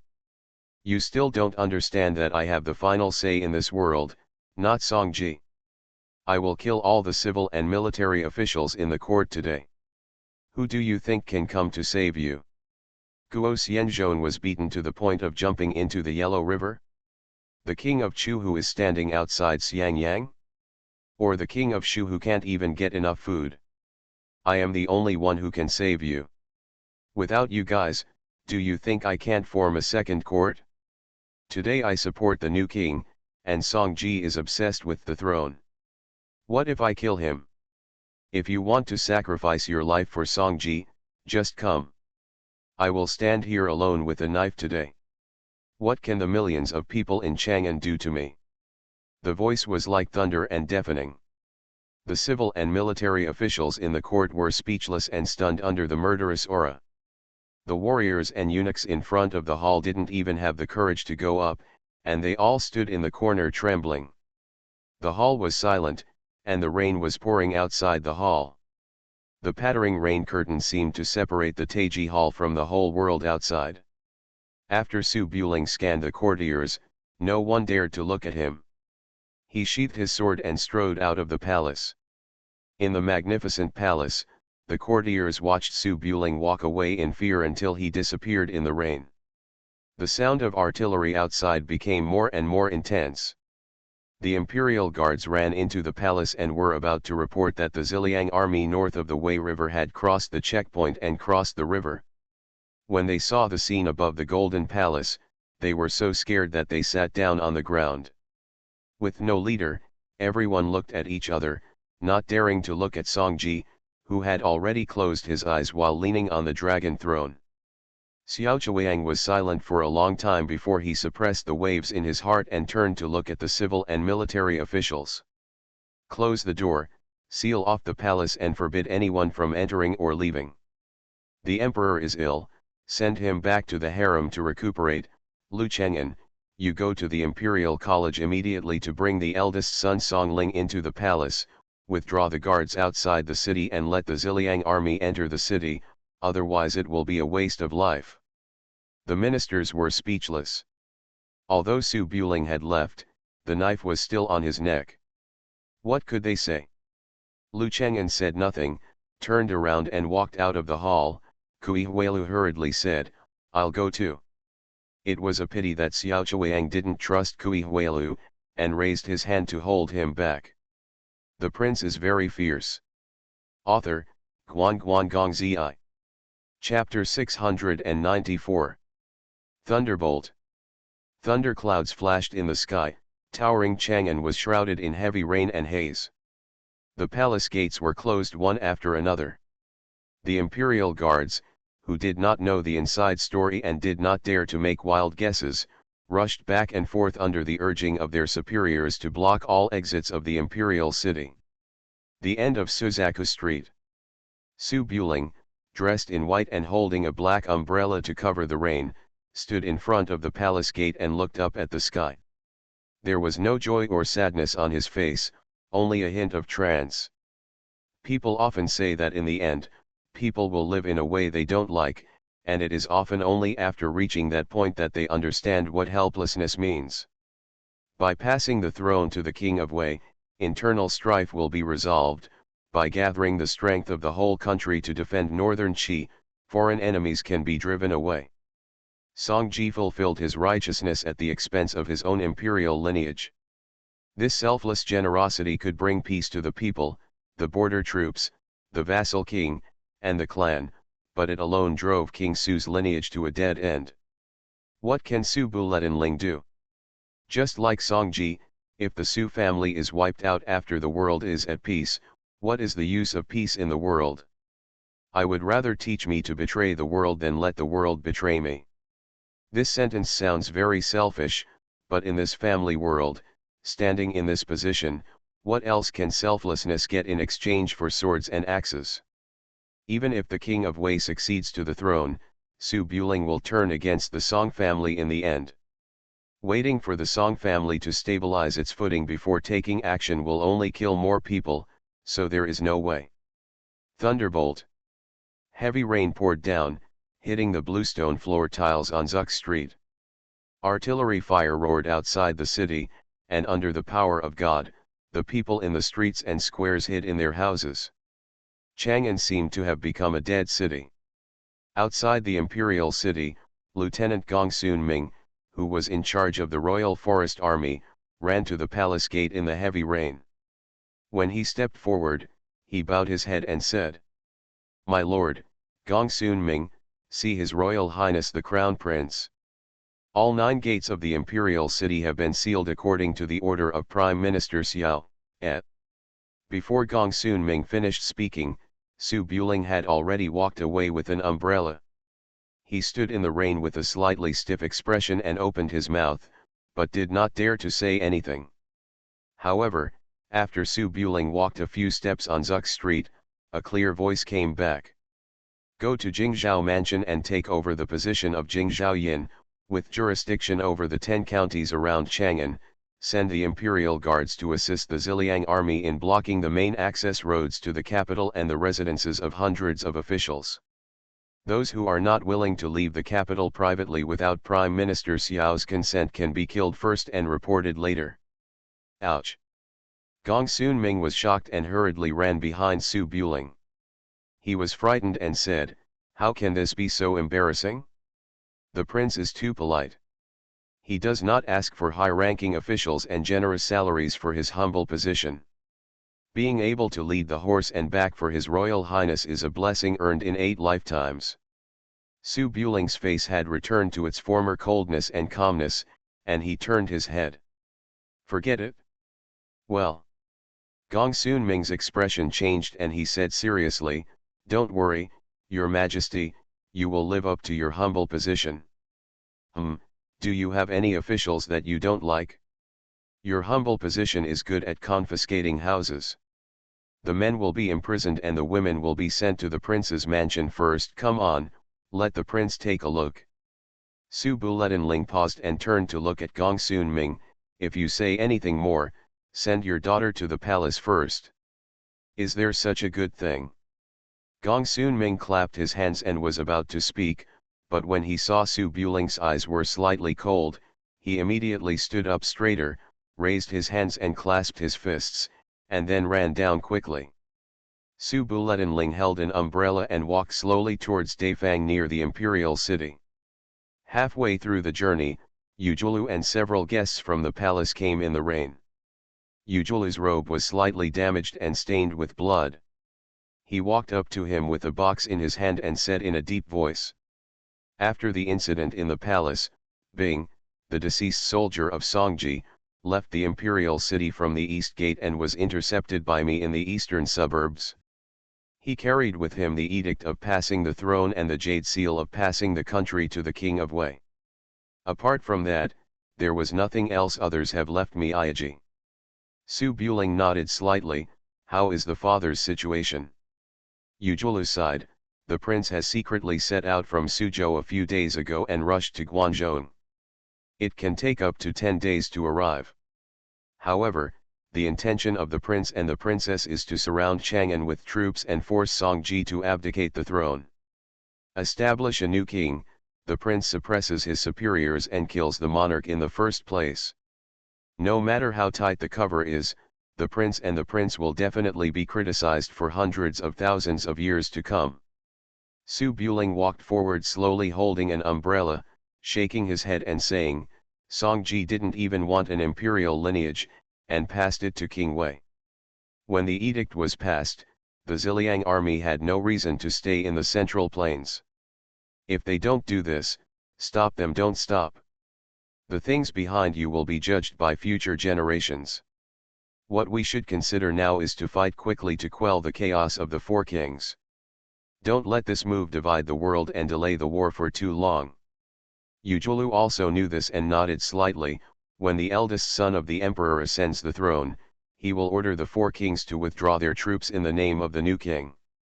However, the four kings raised troops to usurp the throne in the name of righteousness, so they will definitely not listen and will continue to fight. On the northern side of Xinjiang, Guo Zongxian's family, both young and old, are in Guangzhou and will definitely follow the orders of the new emperor to continue to guard northern Xinjiang.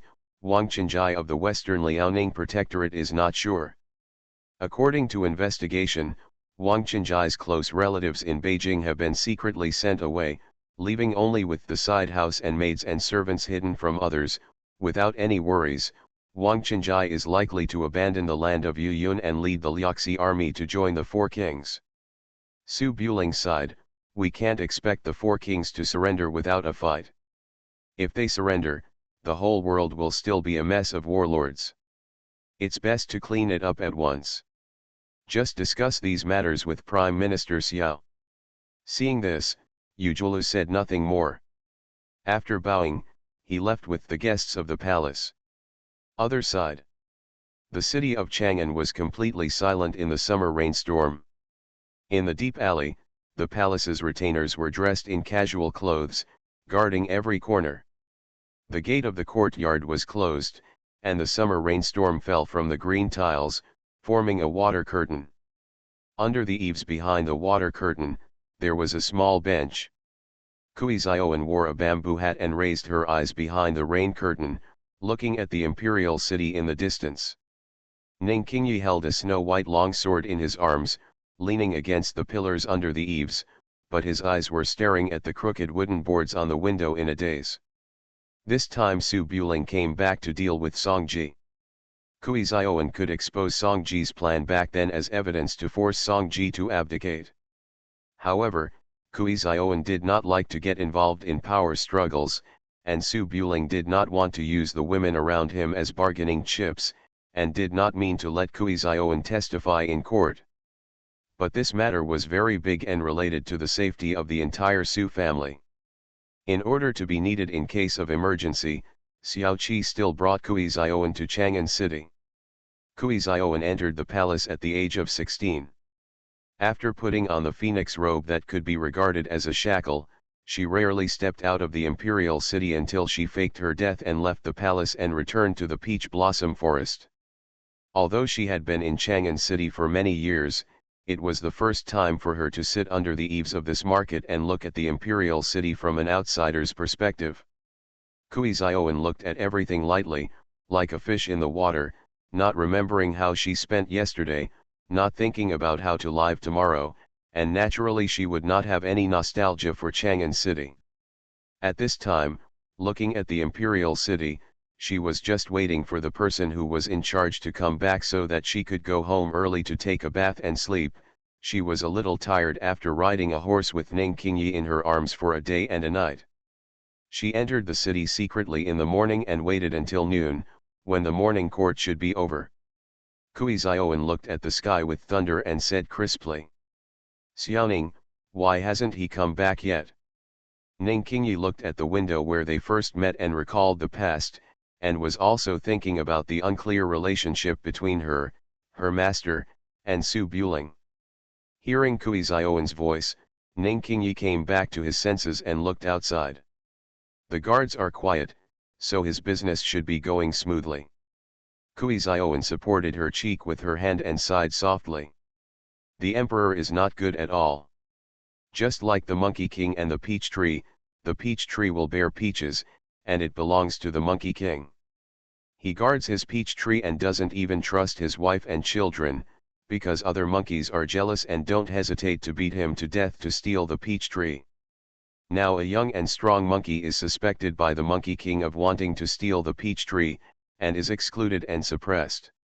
The young monkey is not convinced, so he defeats the Monkey King and steals the peach tree. In this way, the new monkey becomes the Monkey King, and in order to prevent other monkeys from stealing the peach tree, he beats him to death. Death, what do you think it will be like? Ning Qingyi frowned slightly, pondered carefully, and then understood the meaning. Miss Kui is saying that after Su Buling gains power, he will become as hated as the emperor. Kui Zioan blinked, I don't believe it. But emperors in history are all like this, killing sons, brothers, biological fathers, wives, and daughters, all like Songji, looking down at the relatives around them. That kind of look is very uncomfortable.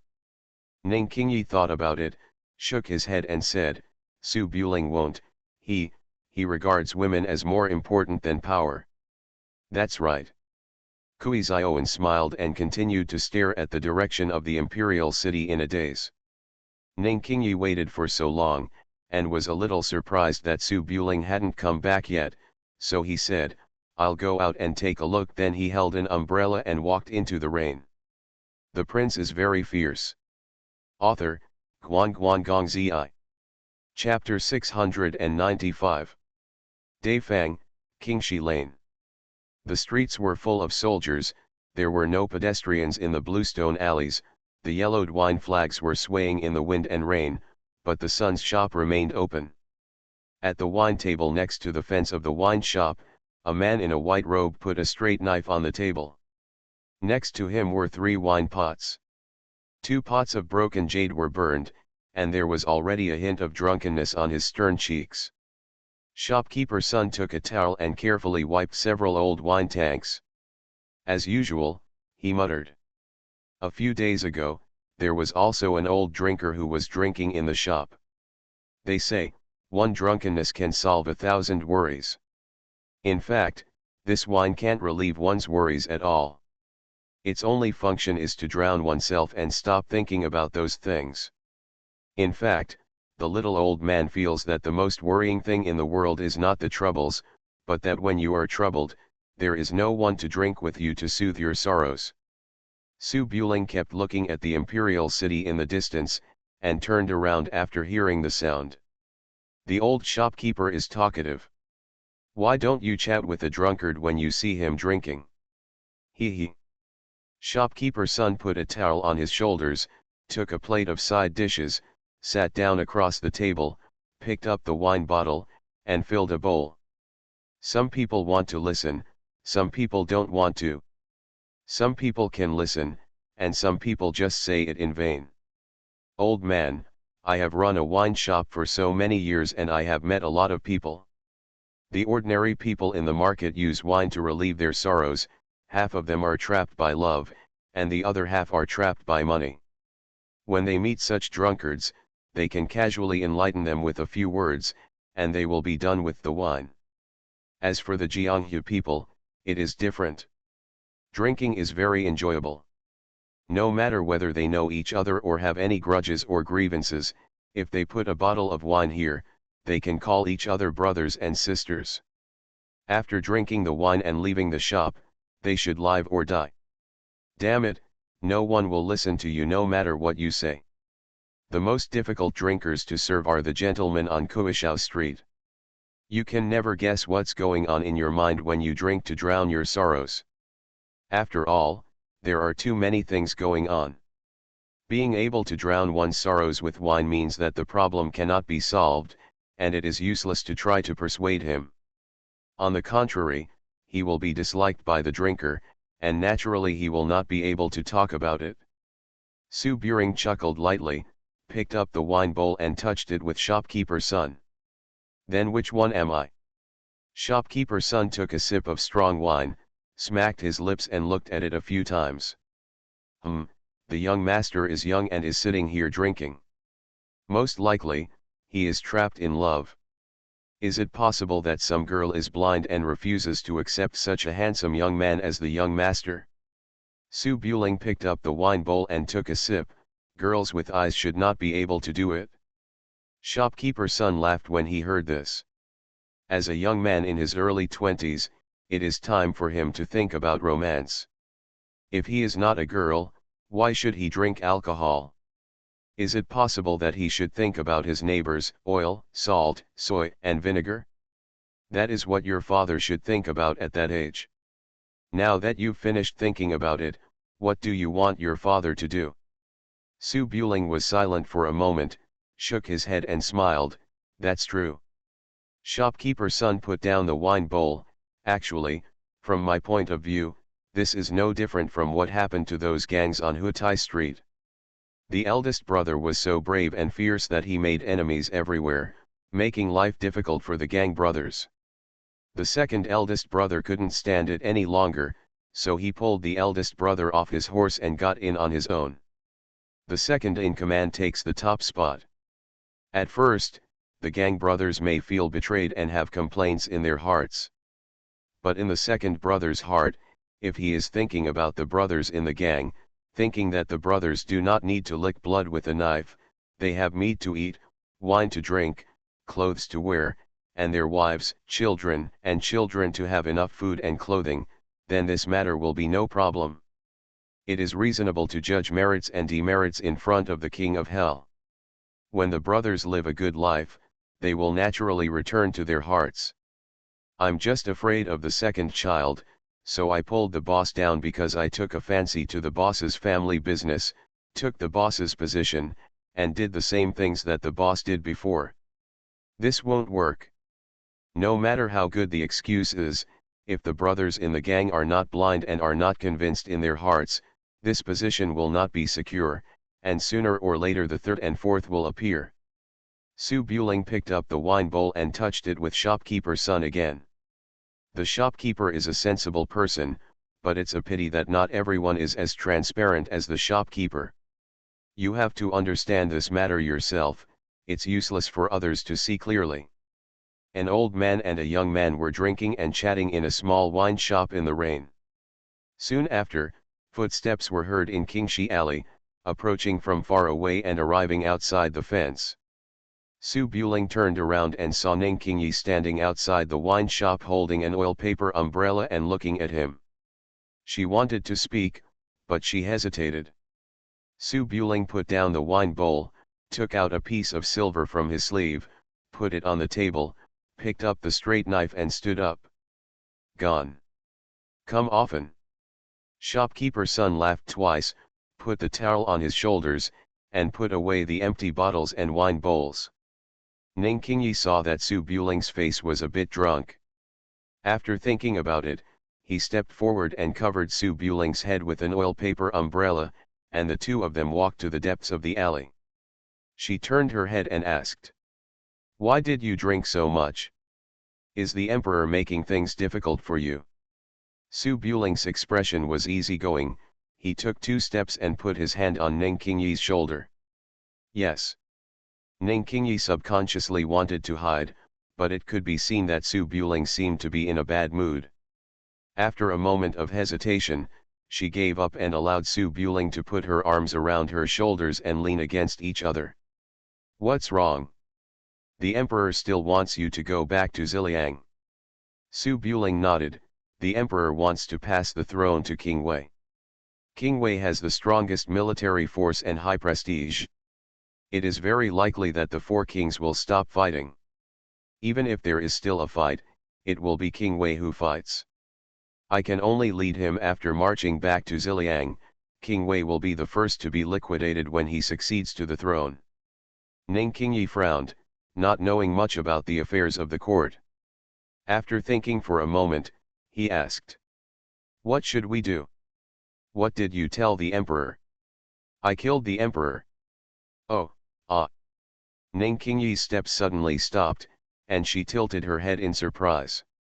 She looked at Su Buling with doubts in her eyes, as if she was trying to confirm whether Su Buling was joking. Su Buling spread his hands slightly. "I didn't lie to you, I really killed him."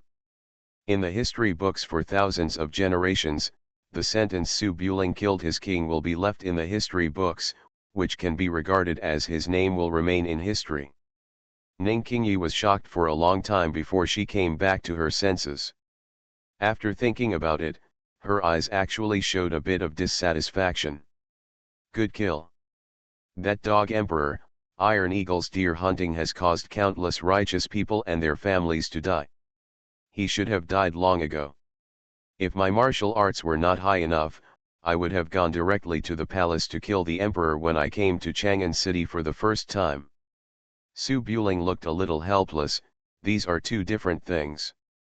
It pleases people's hearts and people's hearts are happy, but this thing of Junjun, minister is just like bullying the master and destroying the ancestors in the world.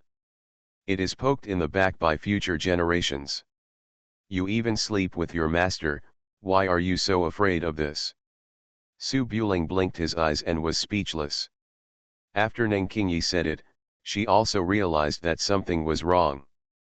However, this was the truth. She was straightforward and didn't think there was anything wrong. She just said, "For people in the Jianghu, life and death are nothing more than a matter of closing one's eyes.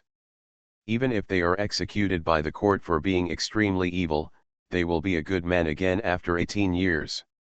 The emperor is also a human being. If you kill someone who deserves to be killed, even if you break the law, you will still be a righteous man in the Jianghu. What are you worried about? What happens after death has nothing to do with you." Ning Qingyi obviously rarely comforted others. She thought of every word and tried to enlighten her lover seriously. Su Buling shook his head and chuckled. After thinking for a while, he suddenly raised his hand and hugged Ning Qingyi to him, with gentle eyes. "Qingyi, I even killed the emperor for you, are you touched?" You are listening to novels at Bless Up channel. Wish you happiness and luck. Please subscribe to receive new novels. How do you feel about this novel? Please like and leave a comment. The prince is very fierce. Author, Guan Guan Gong Zi. Chapter 696. Kill the emperor for me? Ning Qingyi's eyes turned cold again, and she wanted to break free from Su Buling's arm. "Don't be so courteous. My mother died while the Iron Eagle was hunting a deer. The emperor was indeed the culprit, but you obviously killed her for yourself. Why should I be moved? It's not all the same. Anyway, I conveniently avenged you, and I also killed Song Ying. You have nothing to say about it, right? People in the world have clear grievances, so we can't default on our debts. Where's Zhang Xiang? Zhang Xiang is the one who was pulled out to take the blame. If he kills all the wolf guards like this, everyone in the Jianghu community will have their wrongdoers and their debtors, right?" Ning Qingyi blinked and hesitated. "Anyway, you didn't kill for me, but it is true that you helped me avenge you. What do you want?" Su Buling used a little force to hug Ning Qingyi up, so that they were close to each other. Ning Qingyi tensed up and turned her head to avoid it. Unfortunately, after dodging twice, she was still kissed. In the Bluestone Alley, a man and a woman cuddled together. This kiss was exactly the same as the first time, but it lasted for an unknown amount of time. Ning Qingyi has a straightforward personality, and she doesn't have as much sadness as ordinary daughters. In fact, after scolding Su Buling hysterically, most of the anger in his heart had dissipated.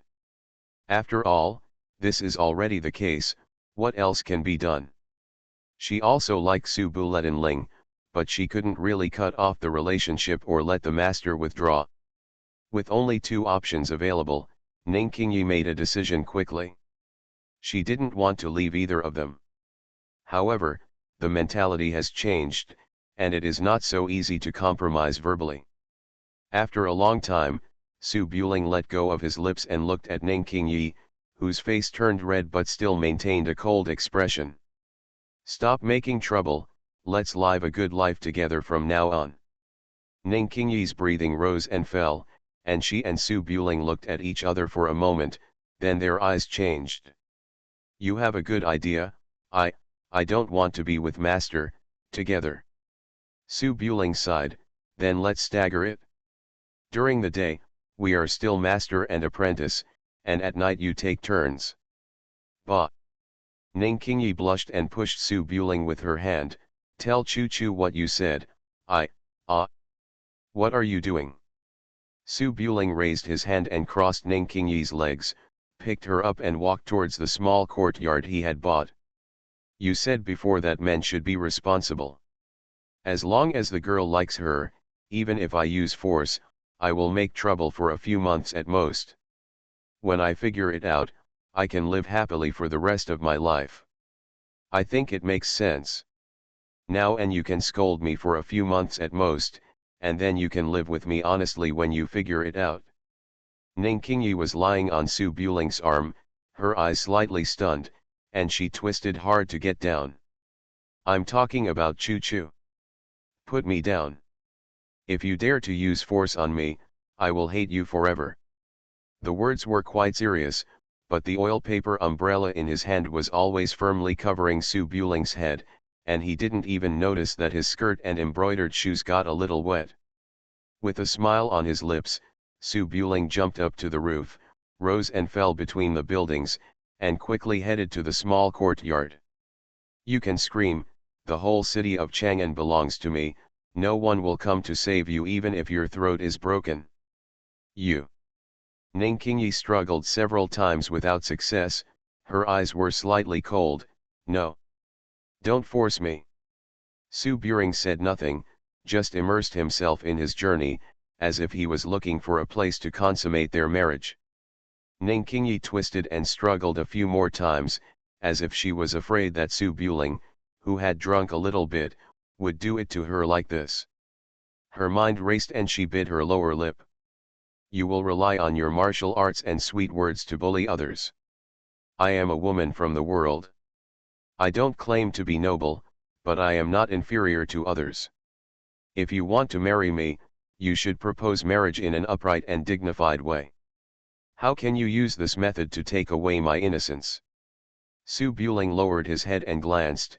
"Jianghu people promise what they say and it's hard to keep it. Miss Ning, please don't break your promise. When I get back, I will propose marriage to the master, and then we will go to the church to consummate the marriage." Ning Qingyi was stunned for a moment, feeling that something was wrong. "How can you propose marriage to master? She has already been with you. Master's destiny is God's. Master has the kindness to raise you. Naturally, your lifelong affairs will be decided by Master. I deceived my master and destroyed my ancestors, and you didn't deceive my master and destroy my ancestors. Why can't you propose marriage to your master?" Ning Qingyi felt that it made sense, and hesitated for a moment, feeling helpless. You can do whatever you want, I can't beat you anyway." "That's right. We're all a family. What's the fuss about?" Su Buling smiled, walked quickly through the rain, and arrived at the former courtyard. Under the eaves, Kui Zioan was leaning against the pillar. Perhaps she was too sleepy and had fallen asleep with her eyes closed. The small mahogany sign was wearing a red string and dangling between her fingers. The two of them stopped under the eaves. Ning Qingyi felt a little confused. After landing, she regained her cool and cold look and straightened her clothes a little.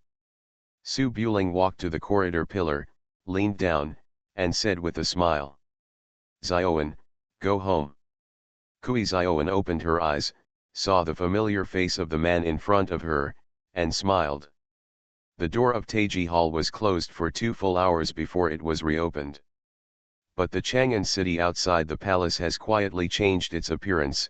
Countless Ziliang infantry have taken over the defense facilities inside and outside Chang'an city, and the wolf guards outside the mansions on Kuishao Street were invited to Prince Su's mansion by Zhang Xiang.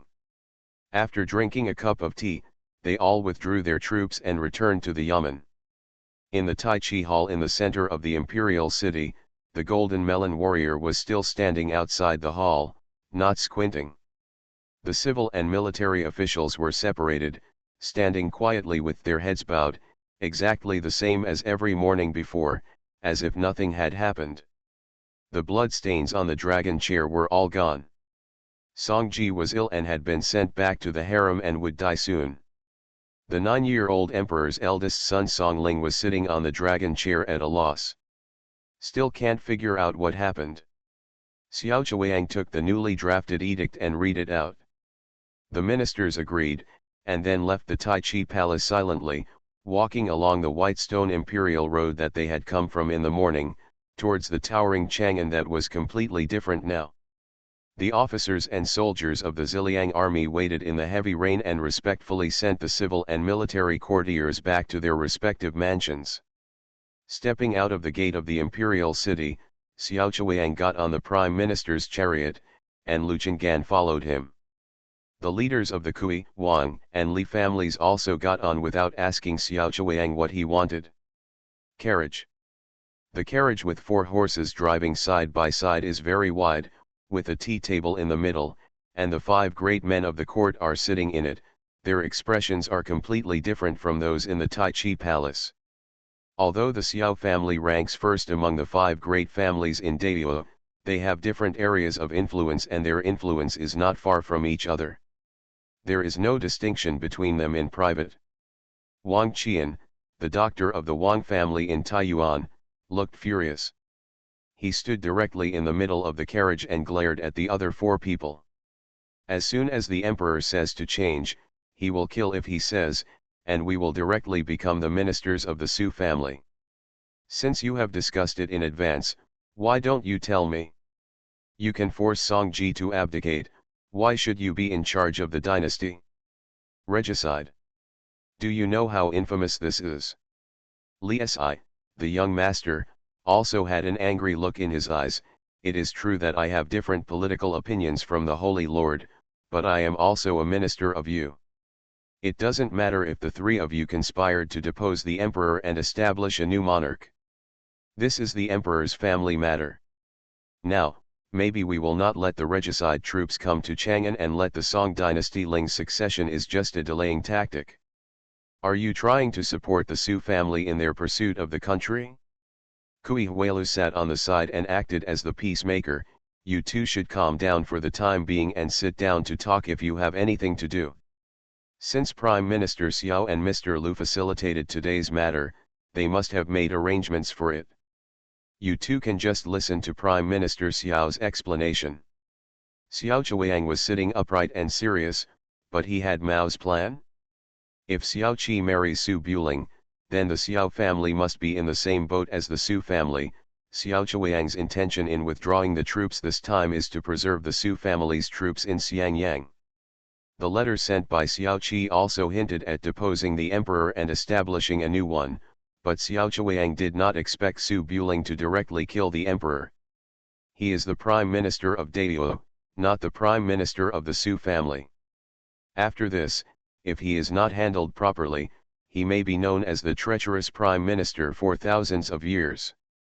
But now that the matter has come to this, the first thing a wealthy family should consider is the interests of each family, not whether the person on the throne is surnamed Song or Su. Xiao Chuang was silent for a moment, then said calmly. Don't worry, gentlemen, no matter how things develop in the future, You all will be heroes. What we should consider now is how to quell the rebellion of the four kings and the powerful enemies of the northern Qi dynasty. If the table is destroyed, everyone will not be able to eat. Please, gentlemen, see the current situation clearly.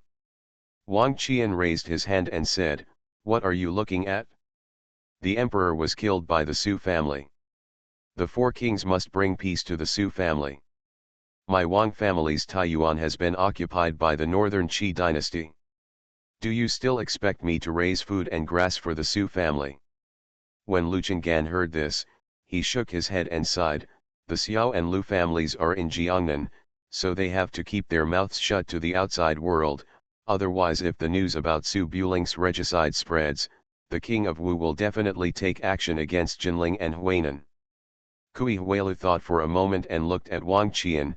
The Wang family, Wang Chenjai of the Liaxi Protectorate, and you are distant relatives. Please write a letter quickly to tell him not to act rashly. Wang Qian snorted coldly. The Holy One has secretly sent away Wang Chenjai's family members. Wang Chenjai took the emperor to govern the Liaxi Protectorate. He is a die-hard loyal to the Holy One. Once this matter comes out, he will definitely abandon the land of Yuyun and support the four kings. If we can't defeat him, we can directly become in-laws under the Zhang family of northern Qi. Kui Huailu sighed and turned to look at Xiao Chuang. Xiao Xiang, if the land of Yuyun is lost, you can put the responsibility on the Holy Master. If the Su family recovers the lost land, it will be a long-term achievement. The next thing will be much simpler. However, if it cannot be recovered, the rest of us have been sycophants, kneeling side by side in front of the imperial mausoleum for thousands of years. How can the Su family tell you what the truth is about Prime Minister Xiao supporting the Su family? It's good to have some reassurance. Where did Xiao Chuang's heart come from? But obviously he couldn't say this. He just said calmly with an unpredictable expression. Regardless of anything else, when it comes to leading troops in battles, no one can be better than the Su family. The Su family is confident of defeating the four kings, retreating from the northern Qi dynasty, and establishing a lasting legacy. The princes must first stabilize the courtiers and officials from aristocratic families in various places, especially the commander-in-chief of the Guanzhong army. Guo Zhongxian, the truth will give you a satisfactory answer for the rest. The matter was too big to be digested at once. Seeing this, the four of them stopped talking and got up and got out of the car one after another. After Wang Qian and Li Si left, Kui Huailu was about to get out of the car when Xiao Chuang suddenly spoke again. "Mr. Kui, please wait." Kui Huailu paused and turned around. Xiao Xiang still has an explanation. Xiao Chuang hesitated for a moment, frowned and said, "Kui Gong is the abbot of the Holy Emperor and has assisted the Holy Emperor for 12 years. Why do you behave so clearly and righteously today?" Kui Huailu sighed, "My Kui family has always been righteous. Since the emperor succeeded to the throne, he has resorted to militarism and internal tyranny, and Dao's national destiny has been completely wiped out. I have been heartbroken over the years and have always wanted to turn the tide, but it is a pity that my loyal words are hard to hear." Bah! Seeing Kui Huailu talking nonsense, Xiao Chuang waved his hand. "Mr. Kui, please come back." Kui Huailu didn't mind at all. He cupped his hand slightly, turned around and got out of the carriage. The prince is very fierce. Author, Guan Guan Gong Zi. Chapter 697. At night. Kuishao Street, Prince Su's mansion. As the Ziliang army entered the city one after another, the originally idle Prince Su's mansion also became lively. The infantry of the Ziliang army in black armor stood neatly outside the gate. Lanterns were hung in front of the main entrance of Prince Su's mansion, and on the side door next to it King Kui gilded plaque. Generals Yang Zunyi and Tu Qianchu had already left Chang'an City and headed to Xiangyang to continue their attack on Jingmen with their troops. Yu Zhulu and his staff moved into the palace, waiting for the arrival of King Su. Under the deterrence of 30,000 Ziliang troops, the atmosphere in Kuishao Street was very serious.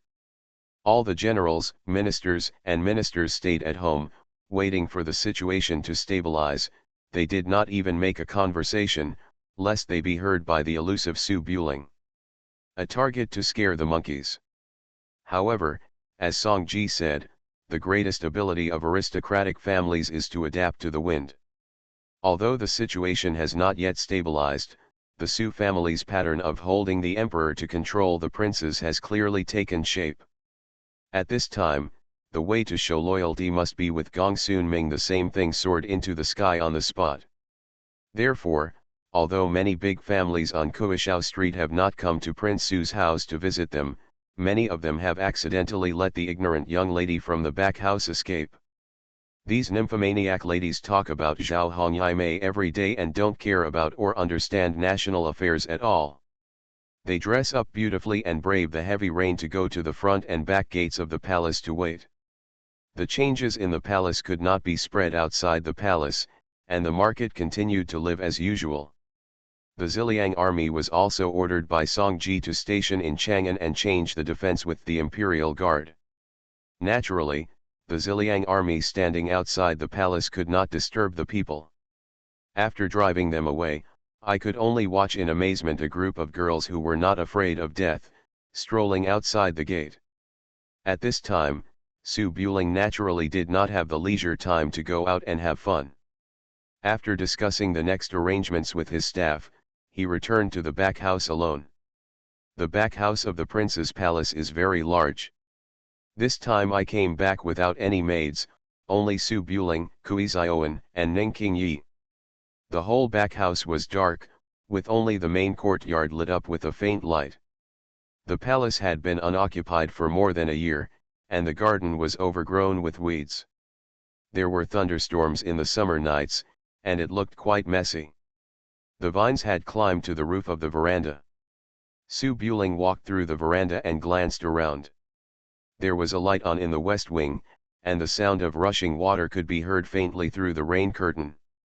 It seemed that someone was taking a bath in the room. After returning in the afternoon, Kui Zioan and Ning Qingyi cleaned up the room that had been unoccupied for a long time. Su Buling still had something to do and went directly to the outer house. It's hard to say who is in the west wing at this time. Su Buletin paused, thought for a moment, and walked near the west wing to listen, only to see that in addition to the sound of splashing water, there was Lanjian Feng Shaka General, please stop drinking, the road ahead is not easy, I will wait at home. It's these 4 lines that go back and forth. I think Xiang didn't teach me the rest, and it sounds like she quite likes this piece of music. The lights on the window paper are dim, and the scene separated by the wall cannot be seen. Su Buling didn't mean to take a peek, but he was hesitant to tell Kui Zioan the complete song at this time. It's a pity that God was not kind to him. Before Su Buletin could think about it, a flash of thunder suddenly flashed in the rainy night. Thunderbolt! The huge back house turned into daylight in an instant under the lightning. Separated by a wall, Kui Zioan was humming a tune in the bathtub, facing the window. In a flash of lightning, the dark window paper turned into daylight, revealing the outline of a figure. There is nothing more horrifying than the scene in the middle of the night. Kui Zioan dared to live alone in the mountains, and she was not afraid of ghosts and gods. However, the person outside the window was obviously a real person. Seeing this shadow, Kui Zioan almost cried in fright. She screamed ah and shrank down suddenly, holding the 2 dabai tuaner hid in the water. The palm-sized porcelain box hit the window with a loud bang. Su Buling secretly thought something was wrong and turned his back quickly. Miss Kui, well, I happened to pass by, don't get me wrong. Passing by? Kui Zioan is not a stupid girl. Su Buling's bedroom is in the middle, so she came to the west wing. Is it because her legs are not long enough to walk a few steps and she feels uncomfortable? Kui Zioan's face turned a little red, and she frowned. What are you looking at? Su Buling turned his back to the window and explained, I didn't look at anything, I just came here. I'm not watching. What are you doing standing at the window? Listening to me take a shower? You might as well watch. Su Buletinling was speechless. In the east chamber opposite, Ning Qingyi, who had already rested, heard the screams coming from the rain curtain and said in confusion. Miss Kui, what's wrong? Kui Zioan could tell the truth from lies. Knowing that Su Buling was not peeking, she responded. Nothing, there was a mouse, it scared me. Oh. Ning Qingyi glanced over and saw that Su Buling had arrived under the eaves, so she didn't get up again. After Kui Zioan finished speaking, she whispered, if Qingyi knows that you peeked at me taking a bath, I will definitely be angry with you again. Su Buling stood outside the window and whispered, Miss Kui, I really didn't peek. You were humming a tune just now. I followed the sound and came over to take a look. Kui Zioan carefully stood up and stepped out of the tub, walked behind the screen, and wiped the water drops with a towel. You can hear the music, but can't you hear me taking a shower? How could Su Buring answer? Even if you jump into the Wei River, you won't be able to wash yourself away. Kui Zioan put her belly band around her neck, put on a light nightgown, wiped her wet hair with a towel, and walked out of the wing. She had just taken a bath, her cheeks were a little rosy, and her loose nightgown was of light and thin texture. Although she couldn't see the scenery inside, she could faintly feel her exquisite and graceful figure. Su Buling turned his head and glanced. Seeing that Kui Zioan was dressed, he breathed a sigh of relief and said with a smile. Look at this window, it's fine. You can't see anything from here. Kui Zioan wiped her hair and stood next to Su Buling with a calm expression, forget it, it doesn't matter whether you see it or not. I can't do anything with you anyway. Laojia is gone and I have nothing to rely on now. Looking at the tone, it was obvious that he still didn't believe it. Su Buling was a little helpless. After thinking about it, he changed the subject, it's not that I have no support. Today at the court, Kui Gong's reaction surprised me. I guess he has not forgotten you as my daughter. Kui Zioan sat down in the corridor and patted her side, my father must be making some small plans now to bring me and you together. In this way, when you become the emperor in the future, he will still be the head of the country. If you have no power, he picked me up a long time ago. Su Buling knew that this was the truth, but the other party's parents couldn't comment, so they just smiled and sat next to Kui Zioan. Kui Zioan glanced at Su Buling and asked, the Ziliang army has entered the city. It can't be the emperor's choice. Have you taken away the emperor's power? Su Buring didn't want to talk to Kui Zioan, who was so blank, about such intrigues in the court, but when Kui Zioan asked, he still nodded. Yes. The Su family and the Song family can only live one person. I have a whole family. Kui Zioan shook her head, a man's family should be more generous, and he should be able to hold things up and put them down. Why should you explain to me as a woman? I am also the queen, I used to be Songji's aunt and queen, but now I am in front of you, to be honest she is just a good-looking woman. Whether you are in power or not, she can be rounded or flattened. Su Buling tilted his head slightly and subconsciously aimed at De Tuan'er.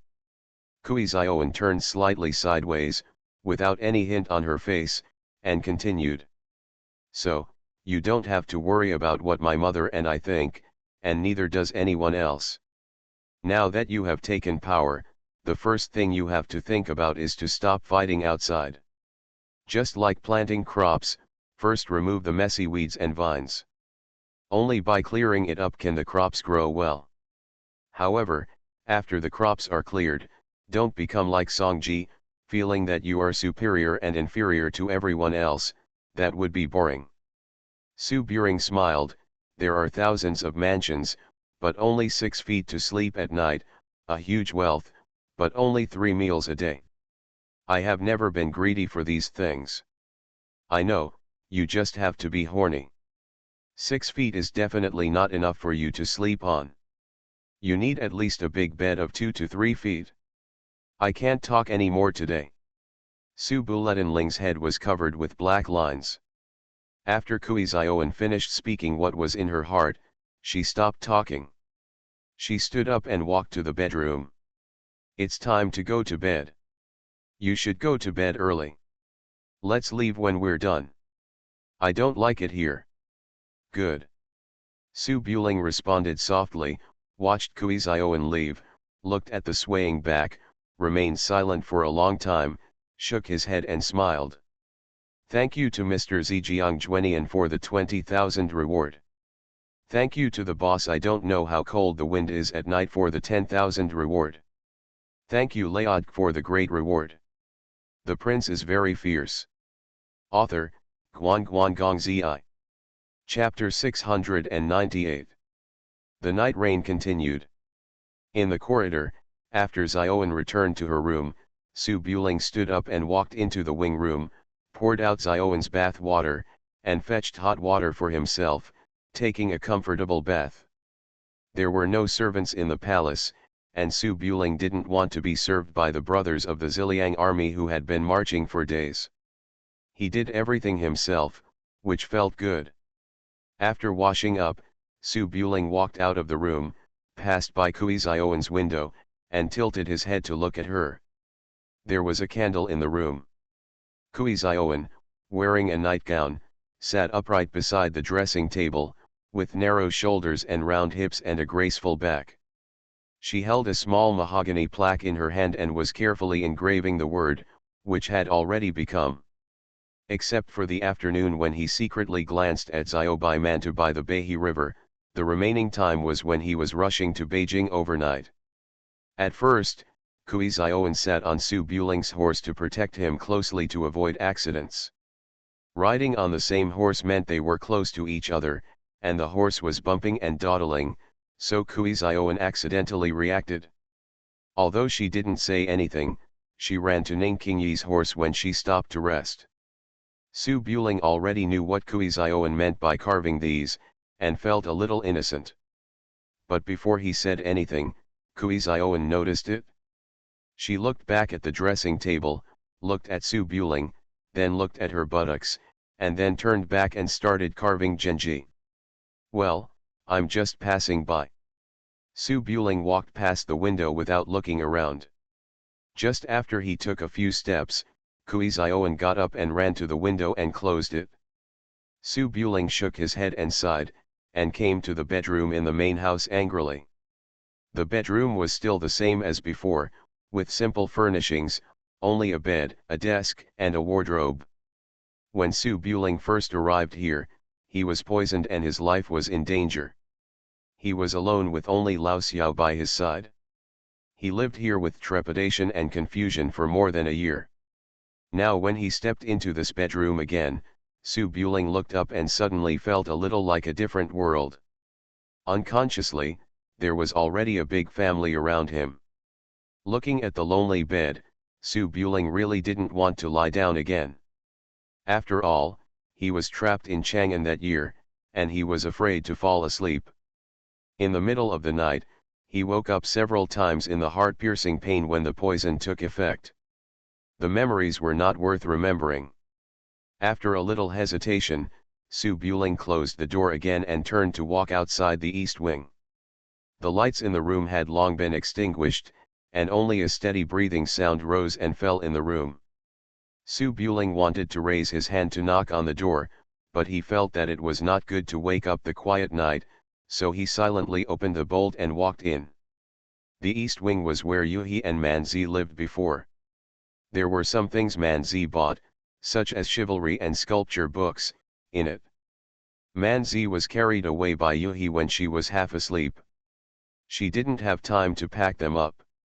They were not important items, so they were left here. Ning Qingyi had packed them and was ready to take them back to Manzi when she left. On the bed on the inside, Ning Qingyi was wearing a snow-white nightgown and had closed her eyes and was sleeping. Her moon-like eyebrows and cheeks were as white as frost, exuding a different kind of tranquility in the faint light. Even if it was raining in summer, the temperature was not low. She only covered her stomach with a thin blanket to prevent catching a cold. Her clothes were half open, revealing the lotus embroidery and a touch of snow under her collarbone. Su Buling glanced at her, then quietly closed the door, walked to the embroidered bed, and lay down on the pillow with her clothes on. No matter how light the movement was, the weight of an adult man was always there, and the bedboard sank a little. Ning Qingyi felt something was wrong in her sleep, her eyelashes trembled slightly, and she slowly opened her eyes. The four eyes met, so close. Ning Qingyi woke up with a startled look, first blank, then stunned, then ashamed. Without thinking, she raised her hand and slapped him. Su Buling held Ning Qingyi's hand lightly, tilted his head and smiled. "Sorry, I woke you up." "You?" Ning Qingyi's eyes were shocked and angry, but he was panicking. She frantically tried to break free and said coldly, "Asshole, what are you going to do? Let me go." Su Buling leaned on the pillow, hugged Ning Qingyi in his arms, and said calmly, "The house is too big, I'm afraid you'll be scared sleeping alone, so I came to accompany you, don't think too much." Ning Qingyi didn't believe this nonsense. She struggled a few times, but couldn't get up, so she could only pull up the blanket, cover her neck, and forcefully pry Su Buling's fingers. "Su Buling, you're too much. I said during the day that if you want to marry me, you should propose marriage in a dignified manner. Marry me, how can you force me?" Su Buling looked calm and closed his eyes. "I just hug you, nothing else." Ning Qingyi tried her best but couldn't escape Su Buling's arms. She could only put on a cold look and stare at Su Buling. "Let go." "No." "Will you let go?" "No." After going back and forth like this for a few times, Ning Qingyi was at a loss for words. She couldn't use soft tactics if she couldn't force him, and she didn't know how to do it. She could only keep her glaring posture and refuse to lean on Su Buling's arms. Su Buling raised his hand and pressed Ning Qingyi's cheek, letting her lean on his shoulder. "It's late, go to bed." Ning Qingyi bit her lower lip tightly. She was born with an independent and tough personality. She refused to show her weakness in front of Su Buling. She could only raise her hand and hammer Su Buling's chest, closing her eyes and pretending to be out of sight. After a moment, "Your hand. Just touching it, it's not the first time. You." Ning Qingyi knew that if she gave in again, she would become a young woman tomorrow. She couldn't pry open the hand inside her clothes, so she bit Su Buling's shoulder with great force. "Hiss." Su Buling quickly pulled his hand back from the lotus bellyband and patted Ning Qingyi's shoulder. Let go, it's just a joke, don't take it seriously." "Woo." Ning Qingyi was not a woman who would accept it, so she bit and didn't let go, staring at Su Buling with a slightly fierce look. Su Buling had no choice but to let go. "Okay, let's go to sleep. I'm tired after a busy day. I won't toss any more." He closed his eyes. Ning Qingyi bit Su Buling's shoulder and stared at him for a long time. After making sure that Su Buling would not push any further, he let go at lightning speed, rolled twice to the innermost side of the bed, wrapped himself in a thin blanket, and leaned against the wall like a caterpillar, with a vigilant look. Su Buling had been running around for a day or two and was really tired. He didn't really want to do anything to Qingyi, so he closed his eyes and didn't move, looking like he was going to sleep. Ning Qingyi stared at him for a while, and seeing that Su Buling was really asleep, she wanted to get up and sneak out, but as soon as she moved, Su Buling reacted and seemed to wake up. She could only keep this posture and close her eyes and pretend to sleep. The sound of rain was dense outside the window, and the house was silent. The young man and woman kept this strange posture, lying opposite each other, seemingly asleep, but obviously not sleepy. Every once in a while, the man turned over dishonestly in his sleeping posture, rolled a little inside, until he finally squeezed into the corner. His hands and feet were restless.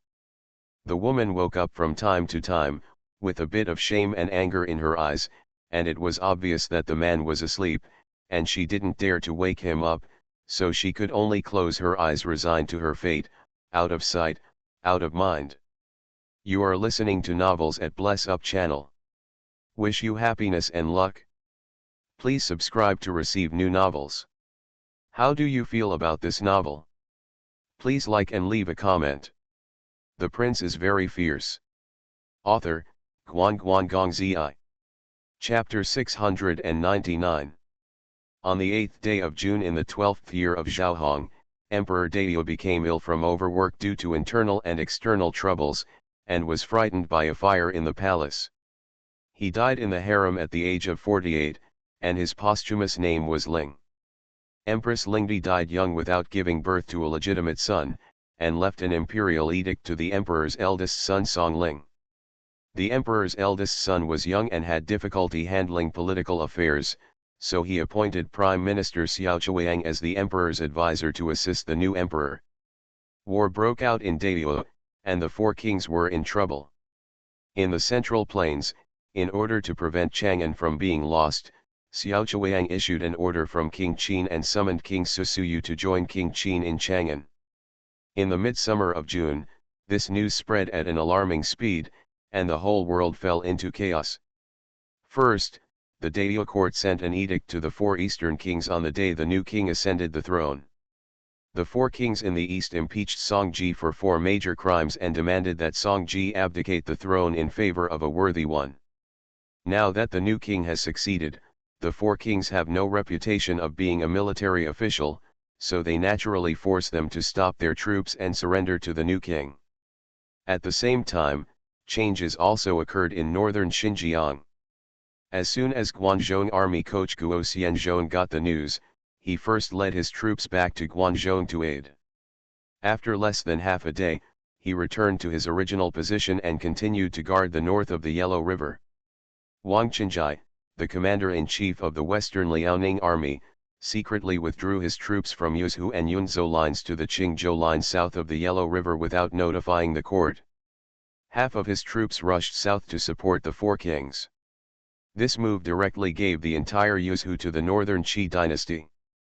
The imperial court angrily denounced Wang Qinjai as a traitor and traitor.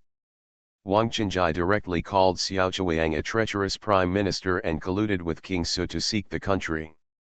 Naturally, the Zhang family of the northern Qi dynasty felt that God helps me and quickly sent troops to occupy Yuzhou. While attacking Daiyue, they did not forget to express their support for the four kings in the east. The king of the northern Qi dynasty also issued a special edict to rebuke the Su family of King Su for their disloyalty. Unjust, he held the emperor hostage to order the princes and expressed doubts about the cause of death of the emperor Songji. Anyway, he just wanted to divide Daiyue from east to west. The four Song vassal kings in the east were naturally furious when they heard the news. Mid-June, Luzhu. Luzhu is the gathering place for the troops of the three kings in the east. After half a year of war, the entire Luzhu has turned into a huge military camp. Chao Lake is filled with ships loaded with grain, grass, and ordnance. There are clouds of soldiers inside and outside the city. Every moment, soldiers and horses gathered from all over the country and set off towards the front line of Chu. On the island in the center of Chao Lake, a summer resort was built. At this time, the inside and outside of the manor were heavily guarded. Officers and soldiers wearing the armor of various vassals were guarding the main roads. The door of the manor's meeting hall was closed tightly, and 4 people took their seats. The leader was Wei Wang Song Xiaoying. Song Xiaoying was over 40 years old. He single-handedly controlled South Vietnam. He had the highest military strength and the highest prestige. He also had a good personal relationship with the King of Wu. He is also leading the current coalition of 4 kings. Wei King Song Xiaoying's left and right were Wu King Song Siming, Yu King Song Dingan, and Chu King Song Zhangping. King Wu Song Siming wanted to destroy Songji's line because of old and new grudges, but he pulled Song Ji down and supported King Wei as the new king. It was a fight between the Song brothers for family property. In the current situation, it is a foreign surname. People came to the house to seize the family property. Naturally, Song Siming was filled with anger. He slapped the table and said angrily, "Su Yu's son is so ambitious. What's the word? Died from overwork and died in the harem. Song Ji died just after Su Buling returned to Chang'an. How could such a coincidence happen? It must be Su Buling's treason. Conspired to kill Song Ji." The other three kings all had similar ideas, but it was useless to know. The Ziliang army had already occupied Chang'an, and it was in line with etiquette and law for the emperor's eldest son to succeed to the throne. No matter how harshly they scolded him without any basis, King Su would not be able to retreat out of guilt, and the new king would not be able to give up the throne. Song Xiaoying, king of Wei, raised his hand. The Holy One had a strong body and it was impossible for him to die suddenly. A few days ago, Wang Qinjai, the governor of the Western Liaoning Protectorate, sent me a secret letter. He said that the Holy One had expected that the Su family would be up to no good and had him killed.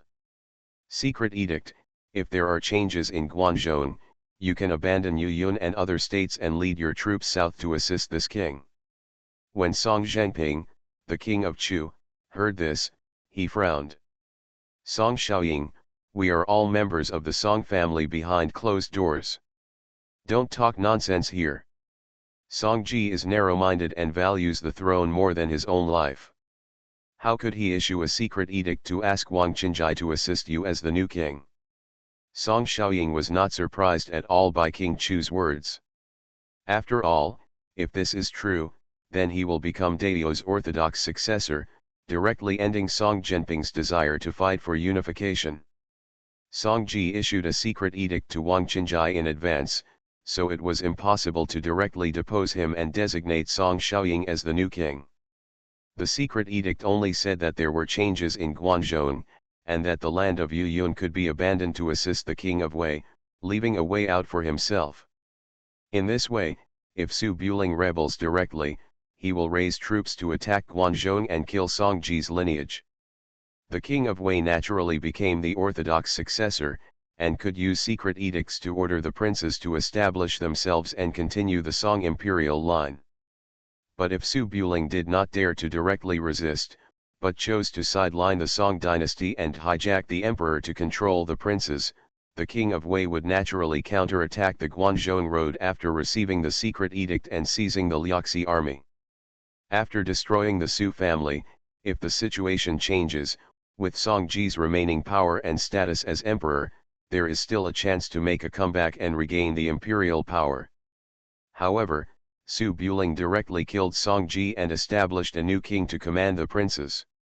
The new king was only 9 years old and had no foundation. It was obviously impossible for Song Ji's lineage to make a comeback. The deceased Shi Bing, who was waiting in the dark, saw Song Ji's death and hurriedly brought the edict of passing the throne and the jade seal of passing the country to King Wei. It's a pity that this edict of succession was intercepted by Su Buling. Therefore, Wei King Song Xiaoying only had an ambiguous secret edict in his hand. Although it did not affect his power, it would definitely cause trouble if he showed it in front of other vassal kings. In order to prevent other vassal kings from running over to seize the throne after the situation was calmed down, Song Xiaoying naturally said seriously, "Now that the door is closed, we are all brothers with the same surname, and we don't say those vain words. Although His Majesty's ostentatious ruling is not appropriate, everyone knows his strategy and intentions. If we were not afraid of His Majesty, we would not have to impeach His Majesty and raise an army to force him to abdicate. It is true that His Majesty wants to reduce the power of the vassal states and seize power, but he has always been thinking about the Song family's long-term foundation. You don't deny this, right?" King of Chu Song Zhengping hesitated and did not speak, while the two kings of Wu and Yu nodded. Although Song Ji angered the heavens and offended everyone, The only reason for his current fate was that he exposed his intention to reduce the power of the vassal states, which made the kings feel cold. But from the perspective of the Song family, Songji did nothing wrong. If they were not reduced, they would sooner or later raise an army to seize the throne. Like this time, maybe after one of them succeeded to the throne, they would not even overturn the decrees set by Songji, but would follow Songji's path and continue to move forward. Seeing that the kings had no objection, Song Xiaoying continued. Your Majesty may be too domineering, but he is definitely not a tyrant or a mediocre king. It's just that the layout went wrong. One wrong step led to another, and in the end, it was impossible to save the situation. Given His Majesty's character, he must have regarded the Song family's foundation as more important than the imperial lineage. It is reasonable for him to issue a secret decree to let me restore the Song family. Otherwise, Wang Qinjai, who was loyal to His Majesty, would have governed the Liaxi Protectorate on behalf of the Emperor. Without His Majesty's approval, he would have obeyed the orders of the eldest prince. How could he come to me with the infamy of being a traitor? This was reasonable and well-founded. The other two kings had already supported the king of Wei, so they naturally nodded. But the king of Chu, Song Zhangping, did not believe it. You are in the south of the four vassal kings in the east, and Song Ji has no friendship with you. Why should Wang Qinjai assist you? Could it be that none of the three of us are in His Majesty's eyes? Song Xiaoying was silent for a while, shook his head and sighed. Although the words are a bit hurtful, it is true. The Emperor has always been arrogant and looks down on the four of us. He can issue a secret decree to let me restore the Song family. It is not because I am so outstanding, but simply because I am the tallest among the short ones. King Song Zhangping of Chu slapped the table, but he didn't say anything. King Song Siming of Wu and King Wei wore the same pants. At this time, he shook his head and said, Zhangping, you have more than 100,000 troops under your command, sitting on Mashankou, Nanyang, Xiangyang and other important military places. Together, you defended Su Buling for less than a day, and Qin Jing was nicknamed Qin Baobao by the court. How can you let the emperor give you the important task of restoring the Song family? Song Zhangping got angry when he heard this, and said angrily, don't you know how I fought? If I could hold on, how could I retreat? I was fighting in the front and you stood by and watched in the back. Do you have the face to say that I didn't contribute? Song Xiaoying raised his hand, stop arguing. In any case, the surname cannot be changed in this world. The most urgent task now is to expel the Su family. The Prince of Su occupied Guangzhou and ordered the princes. The forces in Daya were leaderless and could only listen to the orders of the new emperor. In my opinion, now we can only obey the secret decree of the emperor, specifying that the new emperor is the puppet emperor of the Su family, and I will inherit the throne and order the princes to attack the Su family. Song Zhangping was naturally unhappy about this. Now we should gather troops and go to Guangzhou to serve the king and clear the court. How can we directly establish ourselves? Song Xiaoying did not receive the edict of abdication from Song Ji. Now he should serve the king and clear the court, but if he raised the banner of serving the king and clearing the court, and really conquered Guangzhou, he would let his nephew abdicate, which would be against etiquette. The secret decree of the emperor is like this, and I am also thinking about the overall situation. Clearing the court means recognizing the new emperor's imperial lineage, which is helping the Su family. If you must go to Chang'an to defend the king, you can lead your troops there yourself. You. King of Chu Song Zhangping looked at each other for a moment. After all, one person could not fight against three vassal kings. In the end, he just snorted, stood up and left. The prince is very fierce. Author, Guan Guan Gong Zi. Chapter 700. Boom. Boom.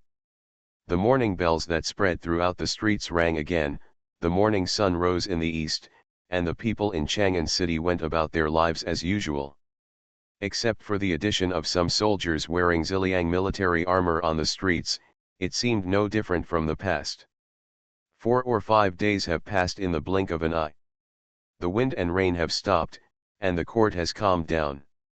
Everyone has kept secret what happened on the 8th day of June, and there has been no disturbance in Chang'an city. Rumors spread everywhere, and the imperial court naturally refuted or ignored them. The official announcement stated that Songji died suddenly of illness due to overwork, and the new king succeeded to the throne according to etiquette. On the surface, there was no problem. When Su Wangsuyu arrived in Chang'an, the entire Guanzhou was stabilized. In the back house of the palace, Su Buling opened his eyes amidst the chirping of cicadas and turned his head to look. Ning Qingyi was lying on his arm with her back to her side, her hands holding the skirt of her clothes tightly. Even in her sleep, her face was Shang also had a somewhat helpless coldness. In order to avoid the limelight these days, Su Buling did not go out and left everything to the Prime Minister to arrange. Su Buling stayed in the palace. Apart from discussing business matters with his staff, he spent most of the rest of his time in the back house, telling stories to Xiaoan, spending time with Qingye Huaqi and Yuxia and so on. Ning Qingyi had a cold personality and really didn't want to talk to Su Buling, but she couldn't fight or talk to him. The emperor was killed by Su Buling. She didn't know if there was an undercurrent surging outside, so she didn't dare to go out and wander around alone. Being able to bite the bullet and be teased by Su Burang, I almost got used to it in a few days. Su Buletinling looked at her carefully for a moment. Ning Qingyi woke up after realizing it. Seeing that the hand holding her loosened, she quickly turned to the inside and faced the wall and snorted coldly, "Get out." Su Buletinling put a thin blanket on Ning Qingyi's back with a smile on his face. He stood up with satisfaction. After washing, he came to the garden of the back house. When Su Buling lived in Chang'an, the garden was not taken care of much. It was left idle for another year. Now it looks little different from wasteland. Kui Xiaoan has severe obsessive-compulsive disorder and likes to be clean. Early the next morning, she found a small shovel and scissors, and seriously weeded and pruned flowers. After 4 or 5 days of busy work, she had already cleared 3 feet. The surrounding open space is neat and tidy.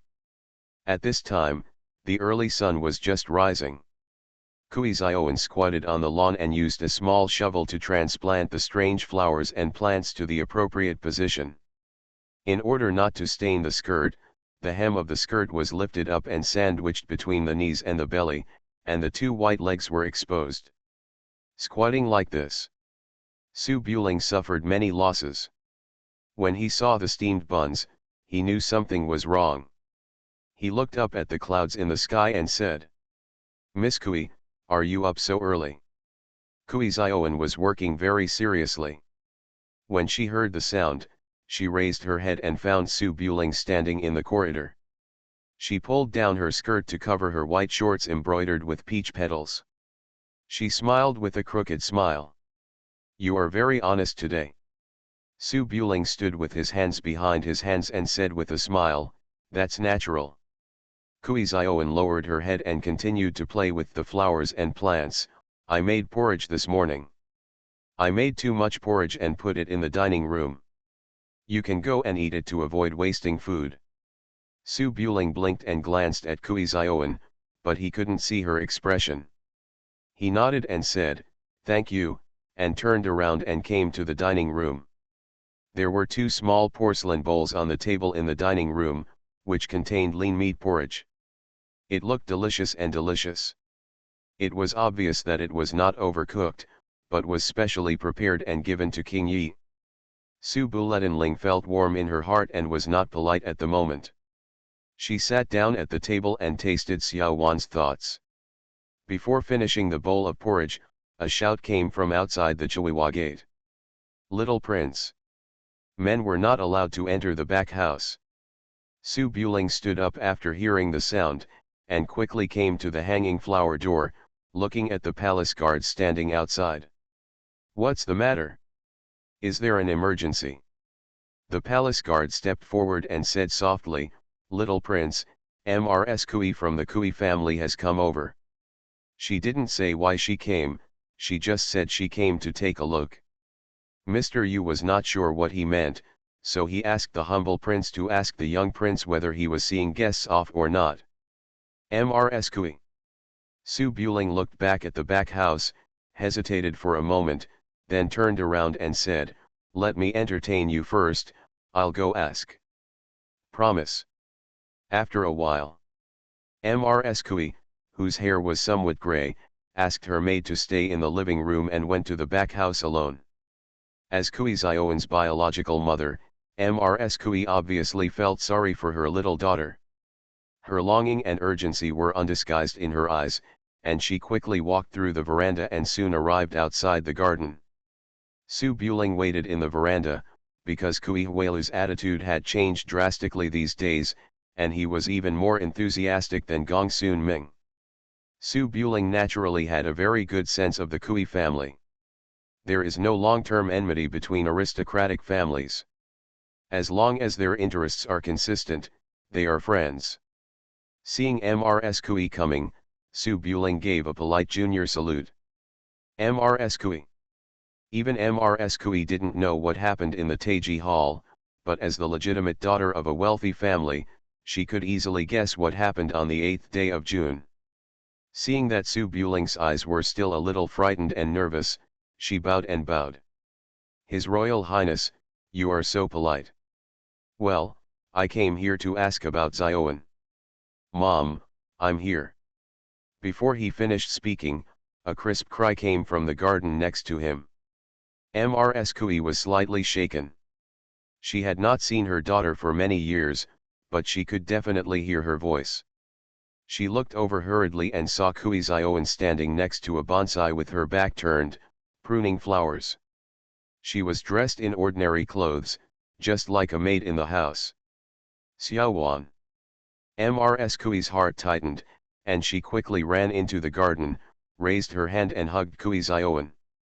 The mother and daughter reunited, and Su Buling was too embarrassed to interrupt, so he left the veranda in silence. Kui Zioen's expression didn't change much. She turned her head and said softly, "Mom, why are you crying?" "I'm not dead." Mrs. Kui knew her daughter's temperament, wiped her tears with her sleeves, and stood aside to look at her carefully. "Xiaowan, have you not suffered these days? Your sudden departure from Peach Blossom Valley made your second uncle and mother very anxious." Kui Zioen smiled, "I'm fine. The emperor wanted to kill me, so I ran out, otherwise I wouldn't have left." Mrs. Kui didn't like to comment on the messy calculations back then. She just looked up and down and asked for help. Kui Zioen was pruning the flower branches. After listening for a while, she asked, "Dad asked Mother to come over, right? If you want to come over, you can come over the next day." "Well." Mrs. Kui choked on her words, stood next to Zioen, thought for a while, and sighed softly, "Zioen is still so smart. Mom didn't want to disturb you, but you know your father's temper. He is full of thoughts about vulgar things. It was not easy for me to come over, so I encouraged my mother all day long to ask her to come over and take a look at the situation." Kui Zioen looked calm. "What's going on? Are I sleeping with Su Buling?" Mrs. Kui's expression froze. She knew that forcing Xiaowan to enter the palace made Xiaowan very dissatisfied, but as the legitimate daughter of a noble family, she could never control the major events in her life. "Xiaowan, don't blame your father. He also thinks about the Kui family and the Wang family. With such a large family behind him, sometimes the person in charge can't help it. It's all in the past, don't mention it anymore." "Oh." Mrs. Kui pursed her lips, hesitated, then looked back at the corridor. Seeing that Su Buring was not there, she stepped forward and asked in a low voice, "Zioen, what is your relationship with Su Buring now that you are together?" Kui Zioen blinked her eyes and said seriously, "I am his aunt. Oh, by the way, now I am the widow's aunt." Su Buling is a true gentleman, how could he bully the late emperor's orphan and widowed mother?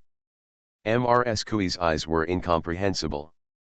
She thought about it for a moment and then said doubtfully. You and Su Buling live in the back house, and he treats you like an aunt. Kui Zioan turned her head, then what should he take me for? Mrs. Kui was speechless for a moment and thought for a moment, actually, the queen has died a long time ago. You have left the palace and have nothing to do with the queen. This is the first time that I have seen you willing to get along with a man day and night. If you have that intention. Kui Zioan's expression was calm. I used to be a queen, and I finally got out of the palace. I was spared a lot of trouble. If Su Buling becomes the emperor, wouldn't I go back again? And Xiao Qi is the principal wife, and I am at most a noble concubine. Okay. It's not right for the queen to force herself to become a noble concubine. What am I trying to do? It seems to be the same. Mrs. Kui had nothing to say. She hesitated for a moment and then sighed. Forget it, just be happy, Zioan, and do whatever you want. You've already died once, and your father is just messing around, so you don't have to worry about it. Thank you, mother. Well. Mrs. Kui shook her head, skipped this topic that Zioan didn't like, and started chatting again.